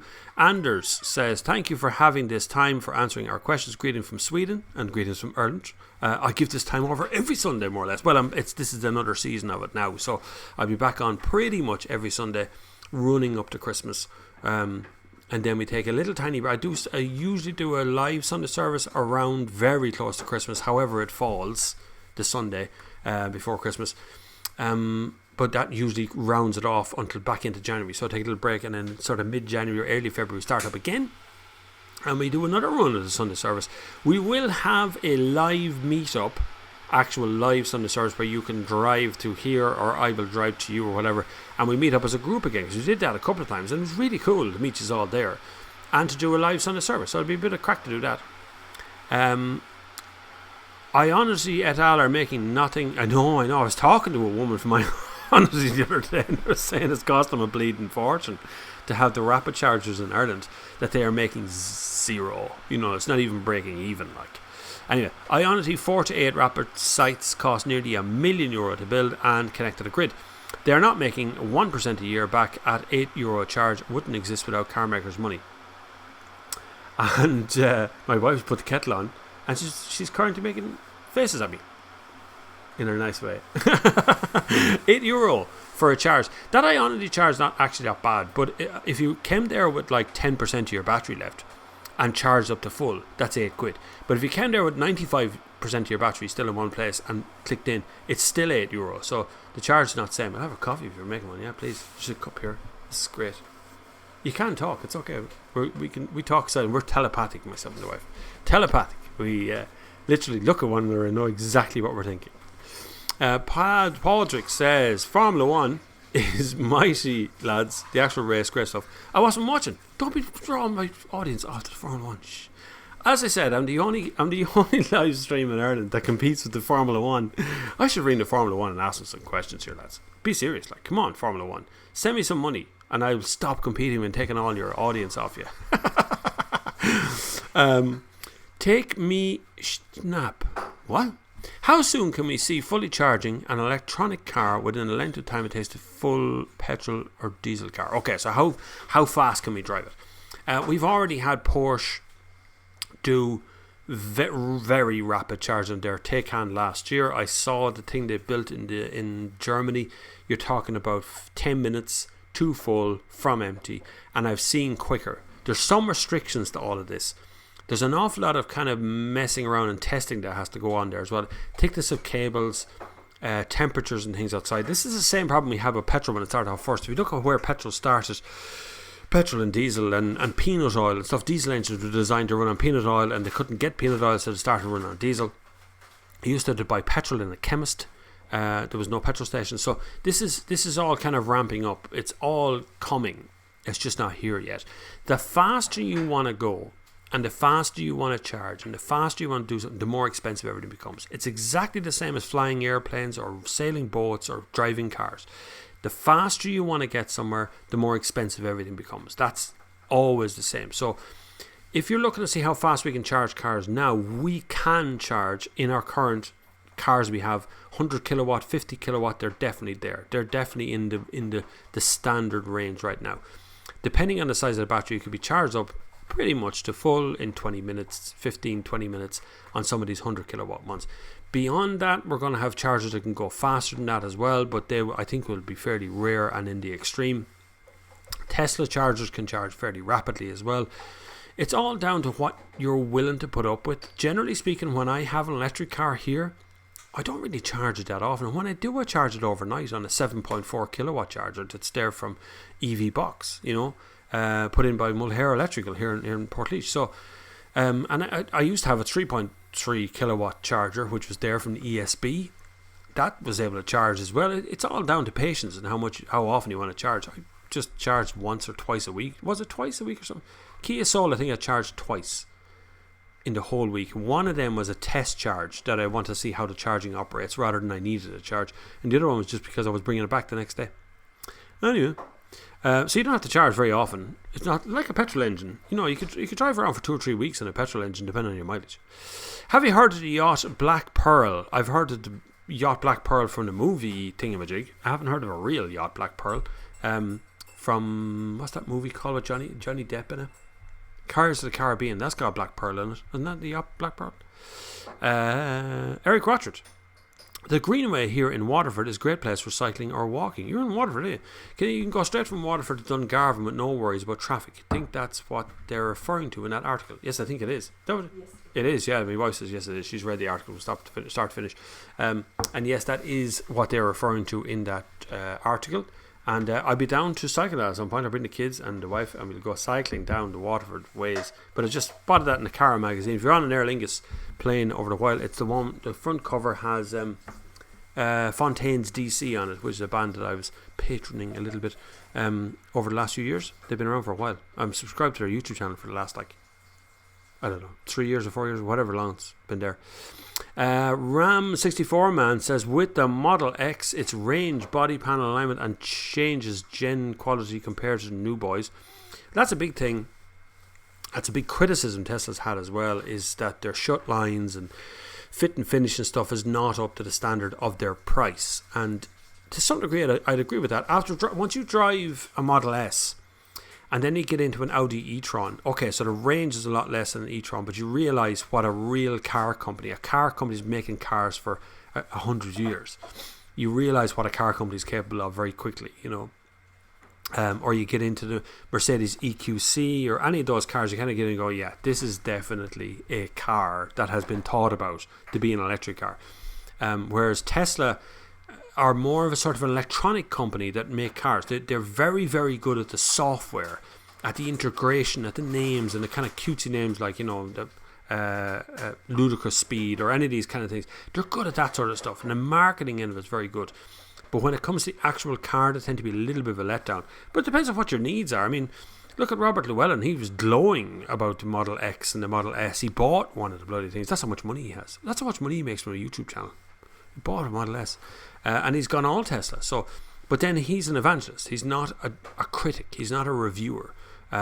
So yeah, you kind of have to take that with a grain of salt. And Johnny Smith, to some degree, I've met Johnny and we had a chat. We're hoping to do something later on in the year. But the same sort of applies. He's got to carry that flame on. And that's why he's there, to be more of a critic of the whole thing. But I still don't find him critical enough of it. Joe Lyons. It's 106 metres, 380 foot long, and is set to become the first zero E-crossing of the Atlantic, and they're powering the engines by solar sheets that are the sails. It's amazing. It could be a game changer. I will look into that, Joe Lyons, without a shadow of a doubt. The Black Pearl, I will look into that. I was in Sicily sometime. Whenever I made that video with Sinead McCann where we reviewed the Curragh in Sicily. And in the place we were staying was a sort of a resort place. But just off the coast was the biggest sailboat in the world. And it was sitting out there. And it was fabulously big. The size of the thing. It was so big that I had little mini boats that came out from underneath it to ferry the people to the beach and back. Little tiny mini boats. It was so big. And it was a sailboat, a proper sailboat. So if there's anything that size, 380 feet long, 106 metres, is massive. As a sailboat, it'd be absolutely fascinating. So I'll have a route around to find that one. Callan Nuts, do you think that German automotive industry will survive? If we compare it to the American and the British one, both collapsed. Why was the German car industry different?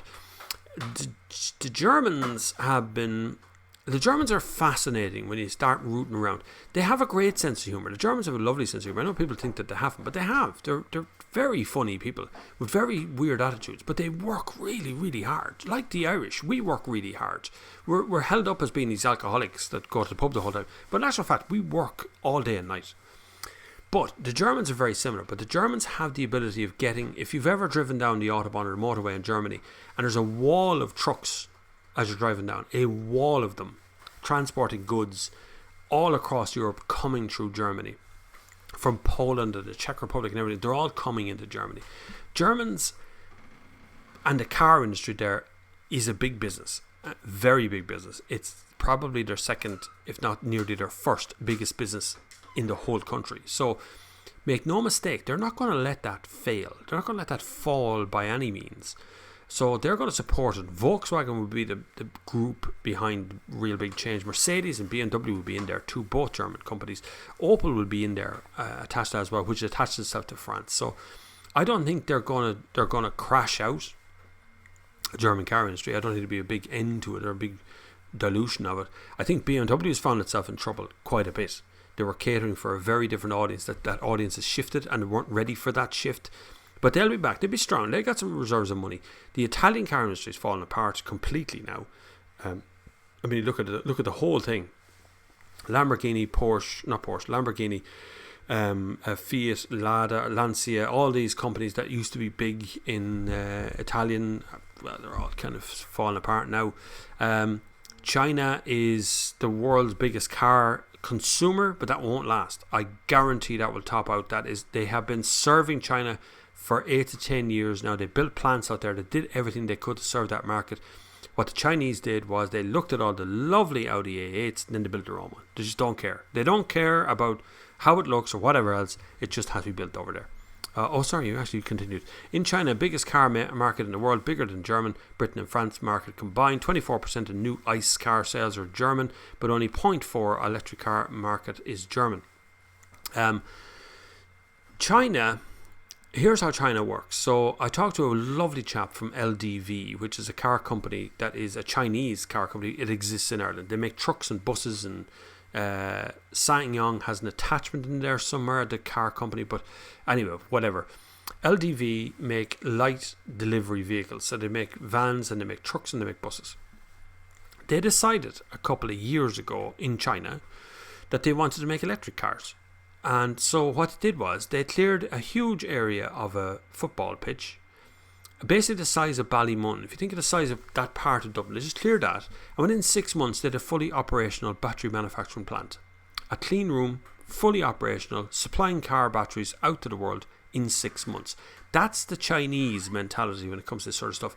They see a market, they get the market, they take the market, they drive it into the ground. They don't invade other countries. The Chinese buy other countries. They buy into other markets. So they buy a little bit of Volkswagen, they buy a little bit of BMW, they buy a little bit of everything until they own everything. Just slowly but surely they own it all. And that's what happens. We'll see where electric cars land. I'm not sure that the Chinese are really advertising electric cars. They advertise luxury cars. They like a big amount of room in the cars, what they like, rather than a small car that, like electric cars, a small car that can go a long way. They want a great big car, so they want Audi A3s are quite popular over there.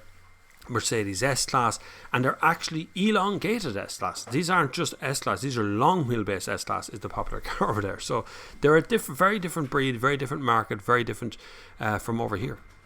Bossa Dave says, know anything about the new updated 2020 Honda Civic Type R? I would not hold my breath there, Dave. They've just not long ago updated the Civic Type R and made a good job of it and sold none of them. I mean, they went from a bone-crunchingly far too hard Civic Type R to the new Civic Type R, which is far better, much nicer to drive, a much better car entirely, and didn't find homes really for any of them. I don't even think, was there one or even two sold in Ireland? So when my wife makes nice coffee, and so when the update of this comes, I wouldn't hold out my hope too hard for it, because money, it has to make financial sense these days. To build a car and produce a car costs 5, 10, 15 million worth of investment into it. It costs a hell of a lot of money just to get the car onto the road in the first place. And then if you're not going to make that back for 10 or 15 years, it's just such a big investment. So it can be difficult. But I don't know figures or anything on it. Not yet. No, I haven't seen anything. Nuno Valente says, hugs from Portugal. Portugal, I will be with you in Portugal. I am going down to the Peugeot 208E launch, the electric 208, and a new 208 as well, and that is in Portugal. Don't ask me where in Portugal, but it's definitely in Portugal, so I'll be back there. One of my favourite places in the world to go is Lisbon in Portugal. Absolutely adore the place, gorgeous, down in Cascais. Spent a lovely evening in a little Irish bar in Cascais once upon a time with a group of people, and we're all singing and dancing and messing around. It's great crack. And that was an international press trip as well. I'll tell you what some of them are like. We had a big jump forward. Hold on, scrolling back up.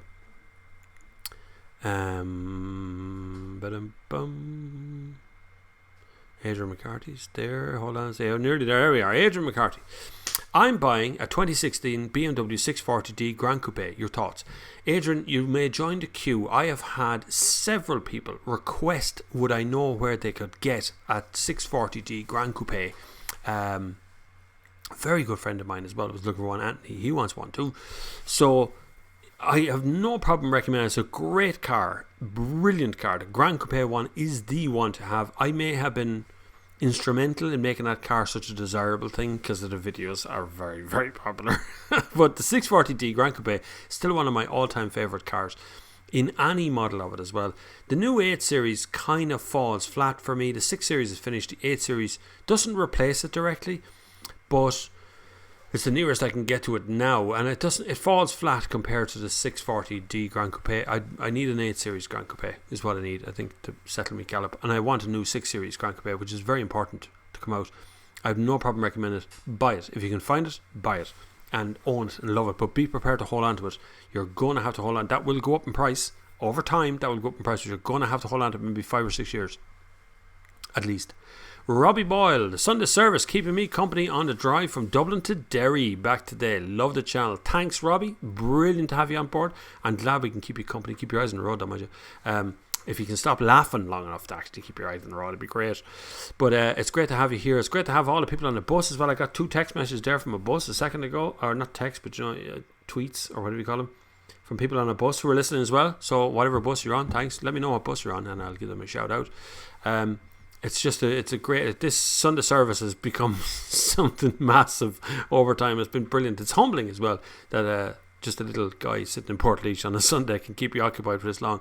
And we've only a half an hour left already. This is the fastest moving 2 hours of the week. This goes out as a podcast, by the way. I will put this up on Podbean. So it comes out on Spotify, and it comes out on iTunes, and it comes out on something else. Somebody tweeted me the other day, said they found it on some random place as well. I don't charge for the download, so don't. If you subscribe, it shouldn't cost you anything. It doesn't cost you anything. I don't spend any money on that. And I don't mind how anybody watches it. But if you really want to support the channel, keep it free, PayPal, there's a link in the comments down below. Patreon, if you go to paypal.com and look for bobflav at thenextgear.com as my email address, you can email me directly at any time. I answer as many emails as I possibly can. It's getting more difficult, but I answer as many emails as I possibly can. I answer many comments as I possibly can on YouTube as well. You can support the channel from PayPal.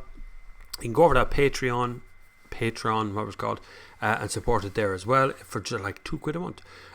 Or you can do it right here live as super chat as well. You can do it that way too, as other people have done today already. Cross says, if you want to take a look at the Model 3, Bob, I've been knocking around Portlaoise with at least one of the days and have it a 30th to the 4th, Monday to Friday. 30th to the 4th. I'll tell you what to do. Yeah, give us a buzz when you're around Portlaoise, because I'm usually here most of the time. I'm in Portlaoise most of the time. 30th to the 4th. Gotcha. I am in the area on the 30th to the 4th. So if you're around any of those days, give me a text or something, and I'll come and have a little gander. I've seen it, but I haven't driven it or done anything with it like that.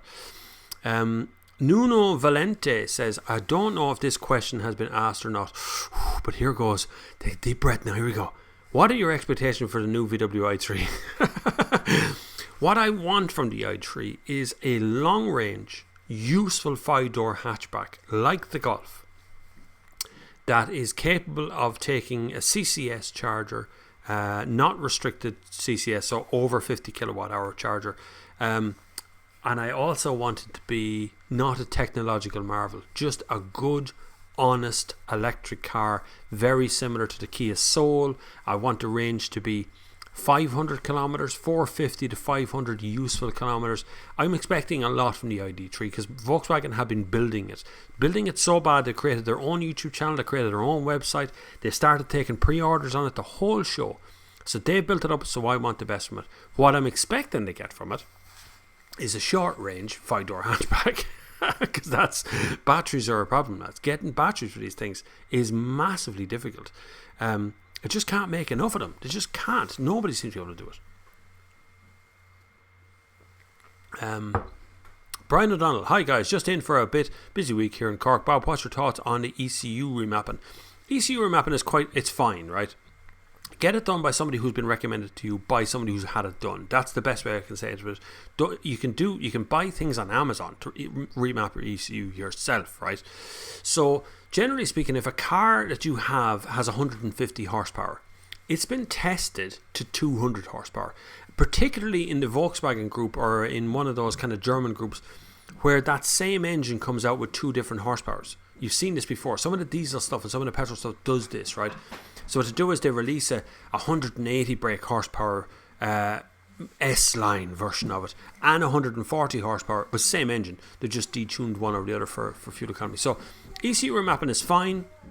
You can easily remap a car to go back up to where the other engine exists. You can go beyond that. Most engines are tested. If they're 150, they're tested at 210, 220, 230 is quite normal to be testing up that range. But you would instantly get rid of any warranty you might have in the car. Instantly. The minute an ECU remapping device is connected to it, the minute the computer hooks up and starts to play around with stuff, you are invalidating end of warranty. It's done, right? So just bear that in mind, that if it blows up, I don't warranty it either. But you shouldn't really have any problems. If you stay within the tolerances of the car company, you shouldn't really have any problems. You can download the tolerance sheets from almost all of the technical websites on the Volkswagen Group website. No, the press website has those tolerances. You see the engine mapping. You know those charts, you've seen them where it says first and it has this line, this band? That's a tolerance chart. It'll tell you what it's able to tolerate. The ... lines are the ones where it can't tolerate it. Or it's been tested to there, but it shouldn't be put there. So that's a technical answer, but it's a part of an answer. It's easy to remap a car, and most cars are put up with it quite nicely. Calinos says, thank you very much for the change of industry answer. There you go. You see, great quote. Owning a car be like owning a pack of cigarettes. This is true. I think this is the way it'll go eventually. They are taking our freedoms from us, not just cars, everything. And just a word on mental health while I'm here as well is that if you look at the news every day and you watch the news and you read the newspapers and you look at all the stuff, and you will in your brain think the world is ending. You will. News designed to make you paranoid. It's designed. I notice when I'm out running as well, you're running along, people don't even say hello much anymore, you know, as you're jogging along the road. They're terrified. They're scared of everything. Everyone's scared of everything. I don't know why everyone's scared of everything. It's great. The world is brilliant. It's never been safer. It's a lovely place to exist. I've travelled all over Europe. I've never had any problems. But slowly but surely, your freedoms are being eradicated in that respect. And your transport freedom, your ability of growing up and aspirationally buying a car at 17, a crappy old Nissan Micra from 99, and jumping in and driving to Cork and getting to the coastline and having a picnic and all that stuff, that's all going to be slowly removed, as we're told that it's bad for the environment, it's bad for this, it's bad for that, it's bad for something else. That's what will happen eventually. So it's okay, it will happen. Peter, I can't pronounce the last name. Hi Bob, what do you think of the new Honda E? It seems overpriced and the range is poor. Exactly what you said. It's overpriced and the range is poor. It's a lovely looking thing, very, very cute, very nice, but the range is very short and it is pretty pricey for what it is. Plenty of ICE engines out there, cars out there that are cute and will do the same sort of thing and won't really cost the environment that too much. Look at the smaller cars, even look at a Civic. I mean, a Civic diesel is like the cleanest thing you can probably drive, and it's huge and it's not that expensive. But besides, if you want to go electric cars, Kia Soul, Kia e-Niro, Hyundai, whatever that, Kona is there, the e-Golf is there, the ID3 is on the way, the Nissan Leaf is in there as well. There's tons of electric cars, not as cute as the Honda, but not as pricey as the Honda either. Tom Skelly, Bob, where do you see yourself career-wise if you're going to look at these changes that are predicted to give you? You're not a yes man. Just curious. I don't. I tell you what, I've never really had a career, and I've never really wanted one. The thing about some people are really nice and they settle into something when they're kind of 17 or 18. They get their leaving cert and they go on to college and they study something, they just keep on trucking. And then they get to the point and they see if they can get a job and a career at it, and they stick at it and they get a pension. I've never done that. Never. I think the longest I've ever had a job has been about 3 years. Well, maybe a bit longer now. Maybe. I'm not sure. This is YouTuber has been the longest job I've ever had. I always think there's going to be a position for someone who has critical thinking. I always think someone who is honest will always be looked after at some point. Not necessarily in a career sense, not necessarily that some company is going to pay you money to clock a card from 9 to 5 every day. But like right here on YouTube, I have the ability to continue doing what I do. Even if I didn't test cars, even if I didn't get a review of a car, I could still comment on the industry and still be here. There's still an audience there. So my career prospects for the next 5-6 years are here, right here on YouTube, to be a YouTuber. I have no intention of moving away from that or changing that unless something drastically changes in the YouTube environment.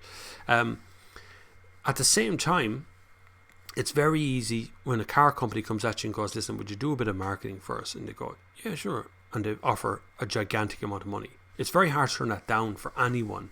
And that happens to a lot of journalists. A hell of a lot of journalists end up working for car companies.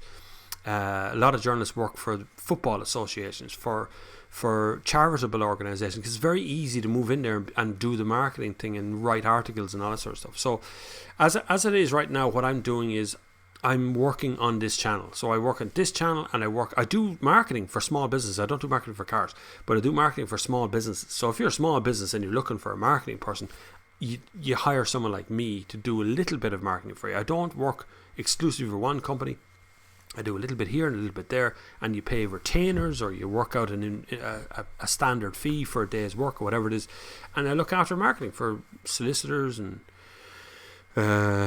gardening companies and phone installation people, all that kind of stuff. I do all that kind of stuff. So I do that around the background. So I try and keep all these jobs going in one way that keeps the bills thing, and then this bit pays for itself, or tries to pay for itself, this YouTube bit of it.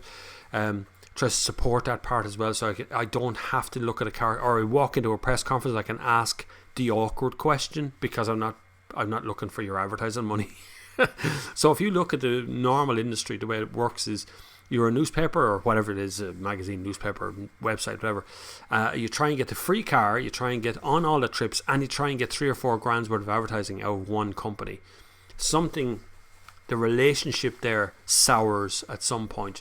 when you're looking for $3,000, a free car and a free trip, and you don't like the car, and you kind of go, this car is crap. Why is this exist? How do you balance that? It's very hard. Now, it's different for someone like the Irish Times, maybe, or the Independent, where they're not looking for that money.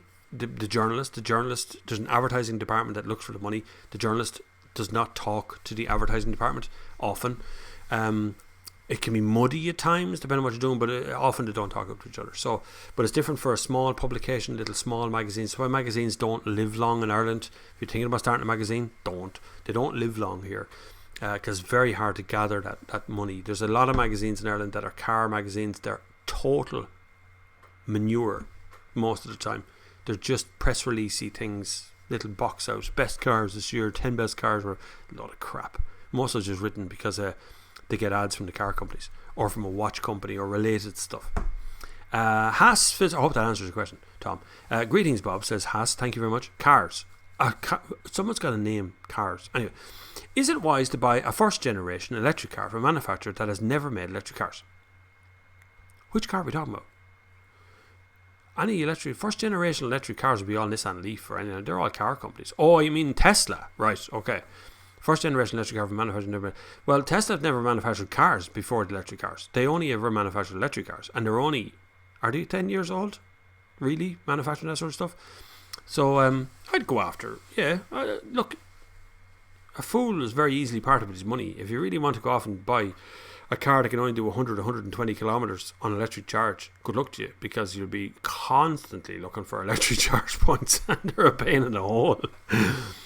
Keith W. Hi, Bob. Love the chat. Thanks. Cautious about saying charging speeds are high as you say. It's more to do with battery temperature, condition, other users at the site. Battery protection software ramped. Oh, yeah, I know what you mean. Current generation Nissan Leaf has no cooling system installed. I mean, no liquid cooling system that would keep it cool while being charged, and so you can only charge it like once, a high speed charge a day. Other car companies allow you to charge multiple times a day because they have a cooling system involved. So battery temperatures can be a problem. If the battery temperature of an electric car remains high, it actually damages the battery over time as well, which will reduce the power output and will start to damage cells. So over time, instead of having been able to carry 90% charge, you can only carry 80% charge. And I'm going to give you a good example because I ran into the problem with my phone recently, and I had to go to Tracks uptown here, and I bought a second-hand iPhone 7. And I'm going to show you something, because my second-hand iPhone 7 can only hold 94% battery. Okay? So this battery that's in this is the same battery as is similar sort of technology behind this battery as is in car batteries. So you'll find that that'll drop down to 50% and have to change the battery in it. So this is a problem as well as battery longevity. Is how long the battery is going to last for you in a car. So you're just seeing that now. It's how long that's going to happen in the car before the car is. Well, you have to write it off because you can't afford to change the batteries. So this is totally possible from that. It can happen. Not saying it will happen, but it can happen. There's some technology that's happening right now that's going to stop that happening. But if you look at the older cars, some are a bit rubbish in that respect. Bob, Scotty Kilmer. Oh my God, Scotty Kilmer. If I want to know how long a car can go for without an oil change, yeah, Scotty. If you want to know the best Porsche to drive in the market, anyway. Scotty Kilmer on YouTube claims buying new cars is a total waste. He claims that he's only ever spent $7,500 on all his used cars, mainly Toyota Celicas, over 50 years. Yeah, well, a lot of mechanics. So here's the difference. Journalists, mechanics, they don't tend to go together very well. Mechanics look at how reliable a car is, how easy it is to work on a car, how long it's going to take to fix this, that and the other, right? That's how mechanics think. So a lot of mechanics will buy a 94 Honda Civic, a 1990 Celica, because they know that they can change the piston rods in that yoke, or they can change the track rod ends themselves. They can do it all themselves, and they know the parts are cheap, and they know all that. I look at a car as to how well you can use it from new for 3 years, 4 years. I don't care about repairs because most of the time the cars are going to be sold off before they're repaired, and I've never seen them repaired. So dealing in new cars is a very different prospect than dealing in old cars. You, as a home user, Tony S., could end up buying a Toyota Celica for yourself, drive it home, and it's absolutely riddled with problems. Now, who are you going to call now? Scotty? Or are you going to start fixing it yourself? So if you want to buy a used car, I would buy a used car, no problem. I'd have no problem jacking up something outside there and start ripping out the engine if I really had to. Don't want to, but if I really had to, I could get at it. I have some of the tools there, not all of them anymore. Or I know people with ramps, or I know mechanics who can help me. I have that little network built up over 20 years now, 25 years of network of people who've worked with me to help fix cars and do stuff.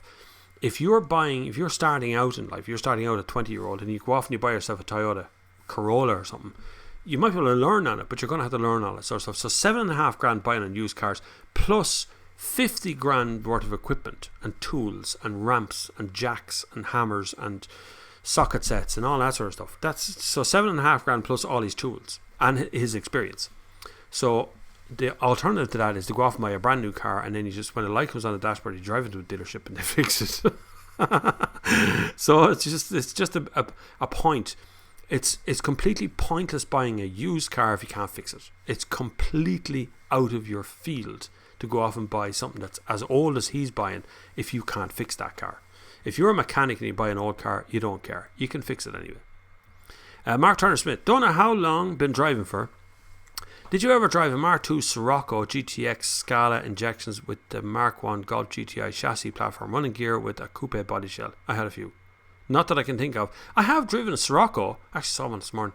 But I don't know if it had all that stuff on it. But I have driven a Scirocco a couple of times. Yeah. I drove a diesel one. I drove a petrol one. I drove the original one as well. Also drove the son of Scirocco, which is called something else. It's not Scirocco. It'll come to me in a while. It's another Volkswagen. Be rare as hen's teeth now, boys, if you could find one. But I can't remember the name of it. Isn't that terrible? God, I'm getting old. It's like Alzheimer's kicking in. I'm not even 50 yet.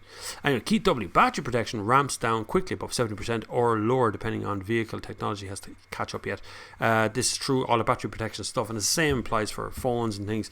If you ever charge a phone, it used to be, what I used to do to protect phone battery charge thing was I would discharge the phone, so I wouldn't plug it in until it actually shut itself down because there was 0 left or 1% left in it.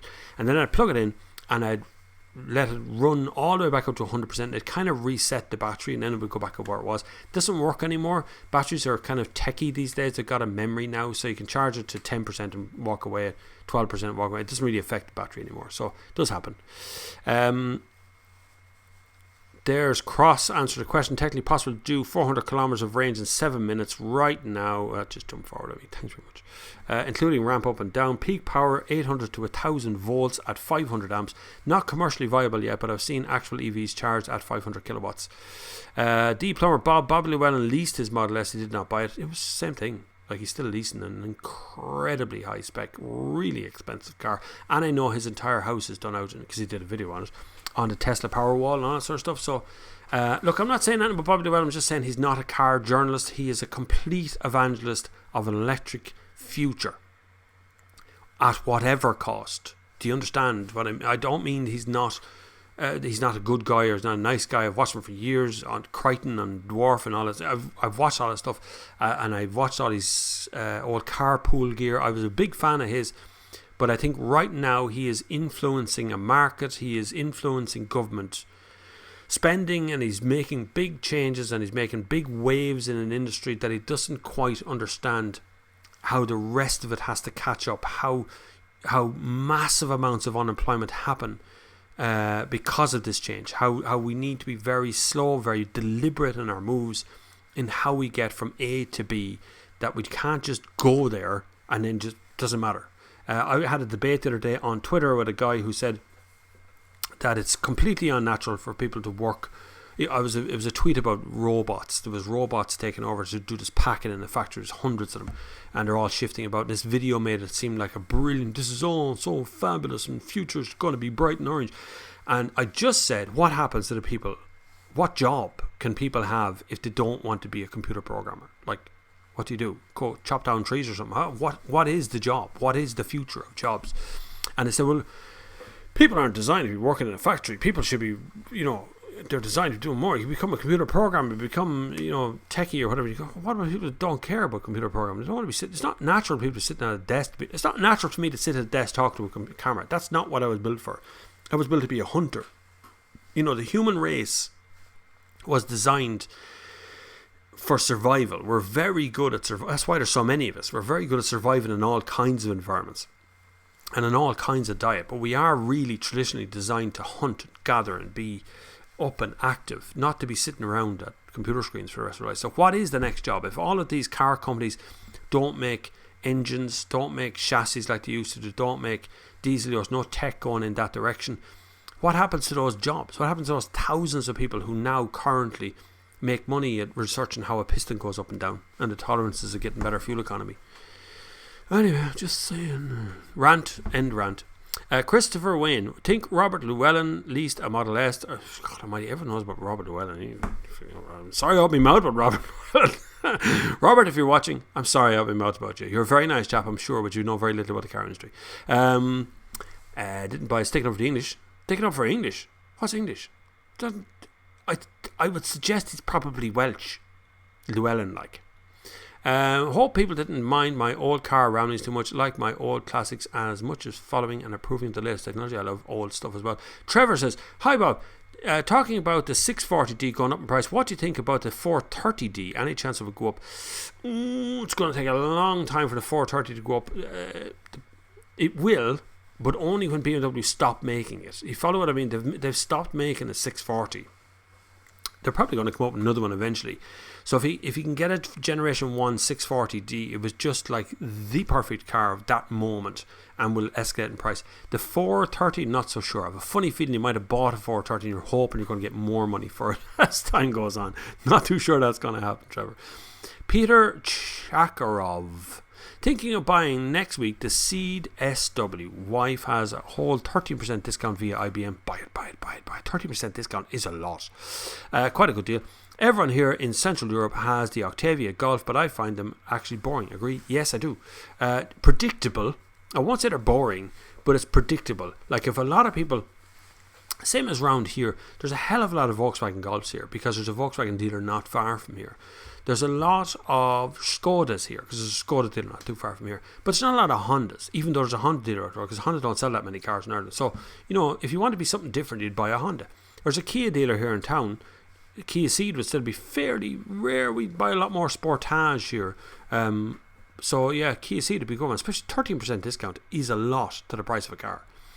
Brian O'Donnell, want to remap a 1.4 petrol to give better overtaking in traffic without affecting MPG if it can. It will definitely affect MPG. Once you remap, you will change the MPG. So what you're remapping is not just the engine, you're remapping the gear ratios as to how the electronics deal with what gear you're supposed to be in. So the rev count that comes on, the turbo that cuts in, or non-turbo, depending on how you do it. If you want to, you could add a turbo. If you want to, I know guys who've done that as well. If a car can come with a turbo, there's a space there for it. So if it's a 1.4 straight, no turbos, and it comes in a 1.4 turbo, you can just add the turbo to it. But if you're going to remap for overtaking in traffic, you are going to affect the fuel economy a little bit, not terribly.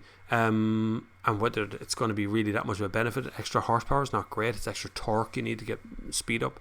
It can be good, not always great, but good. Jared Hewitt says, hi Bob, pull the trigger and place the deposit on a Tesla Model 3 during the week. Been told I will have from the first delivery if I'm happy with 192 reg, which I am. If I want the 201 reg, will be February, March. Any thoughts on preference for a new reg or realistic delivery dates for the Model 3? Now, so this is a really good question, right? So the future value of your car is based on its year. That would be the first thing. So year, mileage, condition would be the three things that affect the future value of your car. So if you buy a car today and it's 192, by the time you sell it, say you sell it in 4 years, right, or 5 years, when the deposits are paid off, or 3 years, or whatever you're going to sell it, that will be affected because it's a 192. If you wait the extra few months and you get a 201, it'll be worth a little bit more. That's it. That's the only difference in two. Just it'll only be a little bit as well, but it'll be a little bit more. No matter what the mileage is, even if the mileage would have been the same, it's still going to be worth a little bit more than that. But delivery dates for Model 3, the problem is deliveries are shady at best, as far as I can see when it comes to Tesla at the moment. People are being promised all kinds of dates and they're not getting them. They're not on time. They're not even remotely on time. But people are fans of Teslas, and so they're willing to wait. In your case, I would wait until the February-March thing and get a 201, just for future, to get yourself better money when you're trading in. If, I don't know, God knows what it's going to be worth as a trade-in. It's an electric car. We don't know yet. It's coming, but we're not sure. Hi, Bob. Do you get on with fully charged? I do, yes. I know the last one fully charged. Yeah. I know Johnny Smith. I've known Johnny Smith for a while now, but I know Johnny. He was on that French trip with him a couple of times, and we're supposed to hook up and do something with fully charged later on in the year, electric cars, but I don't know if we can make it work. They're busy, I'm busy, we'll see. Would you ever try and do something with them, or are they so elite that they're not really possible? I'm going to Frankfurt on the 16th, hopefully it'll be worthwhile. We were arranging something, myself and Johnny were arranging to do a little electric drive thing. We'll see if we can make it happen. They are busy, and I suppose, none of these channels, a lot of these channels are very selfish. I don't mean that in a bad way. I don't mean that they are actually selfish. I mean, they don't want to promote anybody else because, how do you say, you're holding on to a job, you're happy in the job, and then you go, let's just give him a little mention. Suddenly he's really good, and other people want to see him again, and then suddenly your job's not quite secure anymore. And that's what happens. People are very paranoid about these things. I'm not. I'd work with, I don't give a crap. I'd work with anybody. You've seen Paul McGann challenge Sinead McCann. I even give a shout out to that girl on Swiss Roads the other day. I'm always shouting out people like, and we do. I find European people are easier to deal with than the UK guys. The UK guys don't watch in their videos at all. It's very elite. So we'll see if it works out. I'd like to work with him, of course. Obviously, Johnny's a lovely guy, and a great crack when the last one I was away with him. It was a great crack, and hopefully you'll see him again. VW fan, lithium batteries, Bob, lightest metal out there. Can you explain why batteries are so heavy? Seems to have 25 to 30% more weight than an equivalent engine. What's going on? It is just batteries. Batteries are heavy. Look at your phones. This is why phones have like a 2000 milliamp hour battery. When you put in a 5000 milliamp hour battery, the phone weighs a ton. That's why. There's Marek. Marek just emailed me a second ago, asked me to come in Frankfurt. I'm going to meet him on Tuesday. So we're trying to arrange to meet in Frankfurt Motor Show as well. But anyway, batteries are heavy. Batteries have always been heavy. If you think about batteries in phones, you think about batteries in radios, you think about the AA batteries, you put 4 or 8 of them into a toy. The toy weighed nothing a second ago, weighs a ton now. Batteries are just generally heavy, even when the metals used in them is light. They've gotten lighter since generation 1 Leaf to the current generation Leaf. It's like 50% lighter than it was before, but it's still bloody heavy. An Audi e-tron is nearly 3 ton weight. Like, that's not to be sniffed at when you think of the Audi Q8, which is 1.9 tons, which is basically the same car. Another small differences, but basically the same car. So it's just heavy to begin with. And the big problem with batteries in general, if you want to go further, you put more batteries in. But when you put more batteries in, you're heavier, so that you'll get negative returns over time. Cross points out that 2% of the pack is lithium, so very little lithium is actually used in it. Most of the pack by weight is aluminium, graphite and copper. Lithium is just the active ingredient, which is true. So lithium is the bit that makes it all happen, but actually the battery is made up of many more components than that. Still have a problem with getting batteries made though.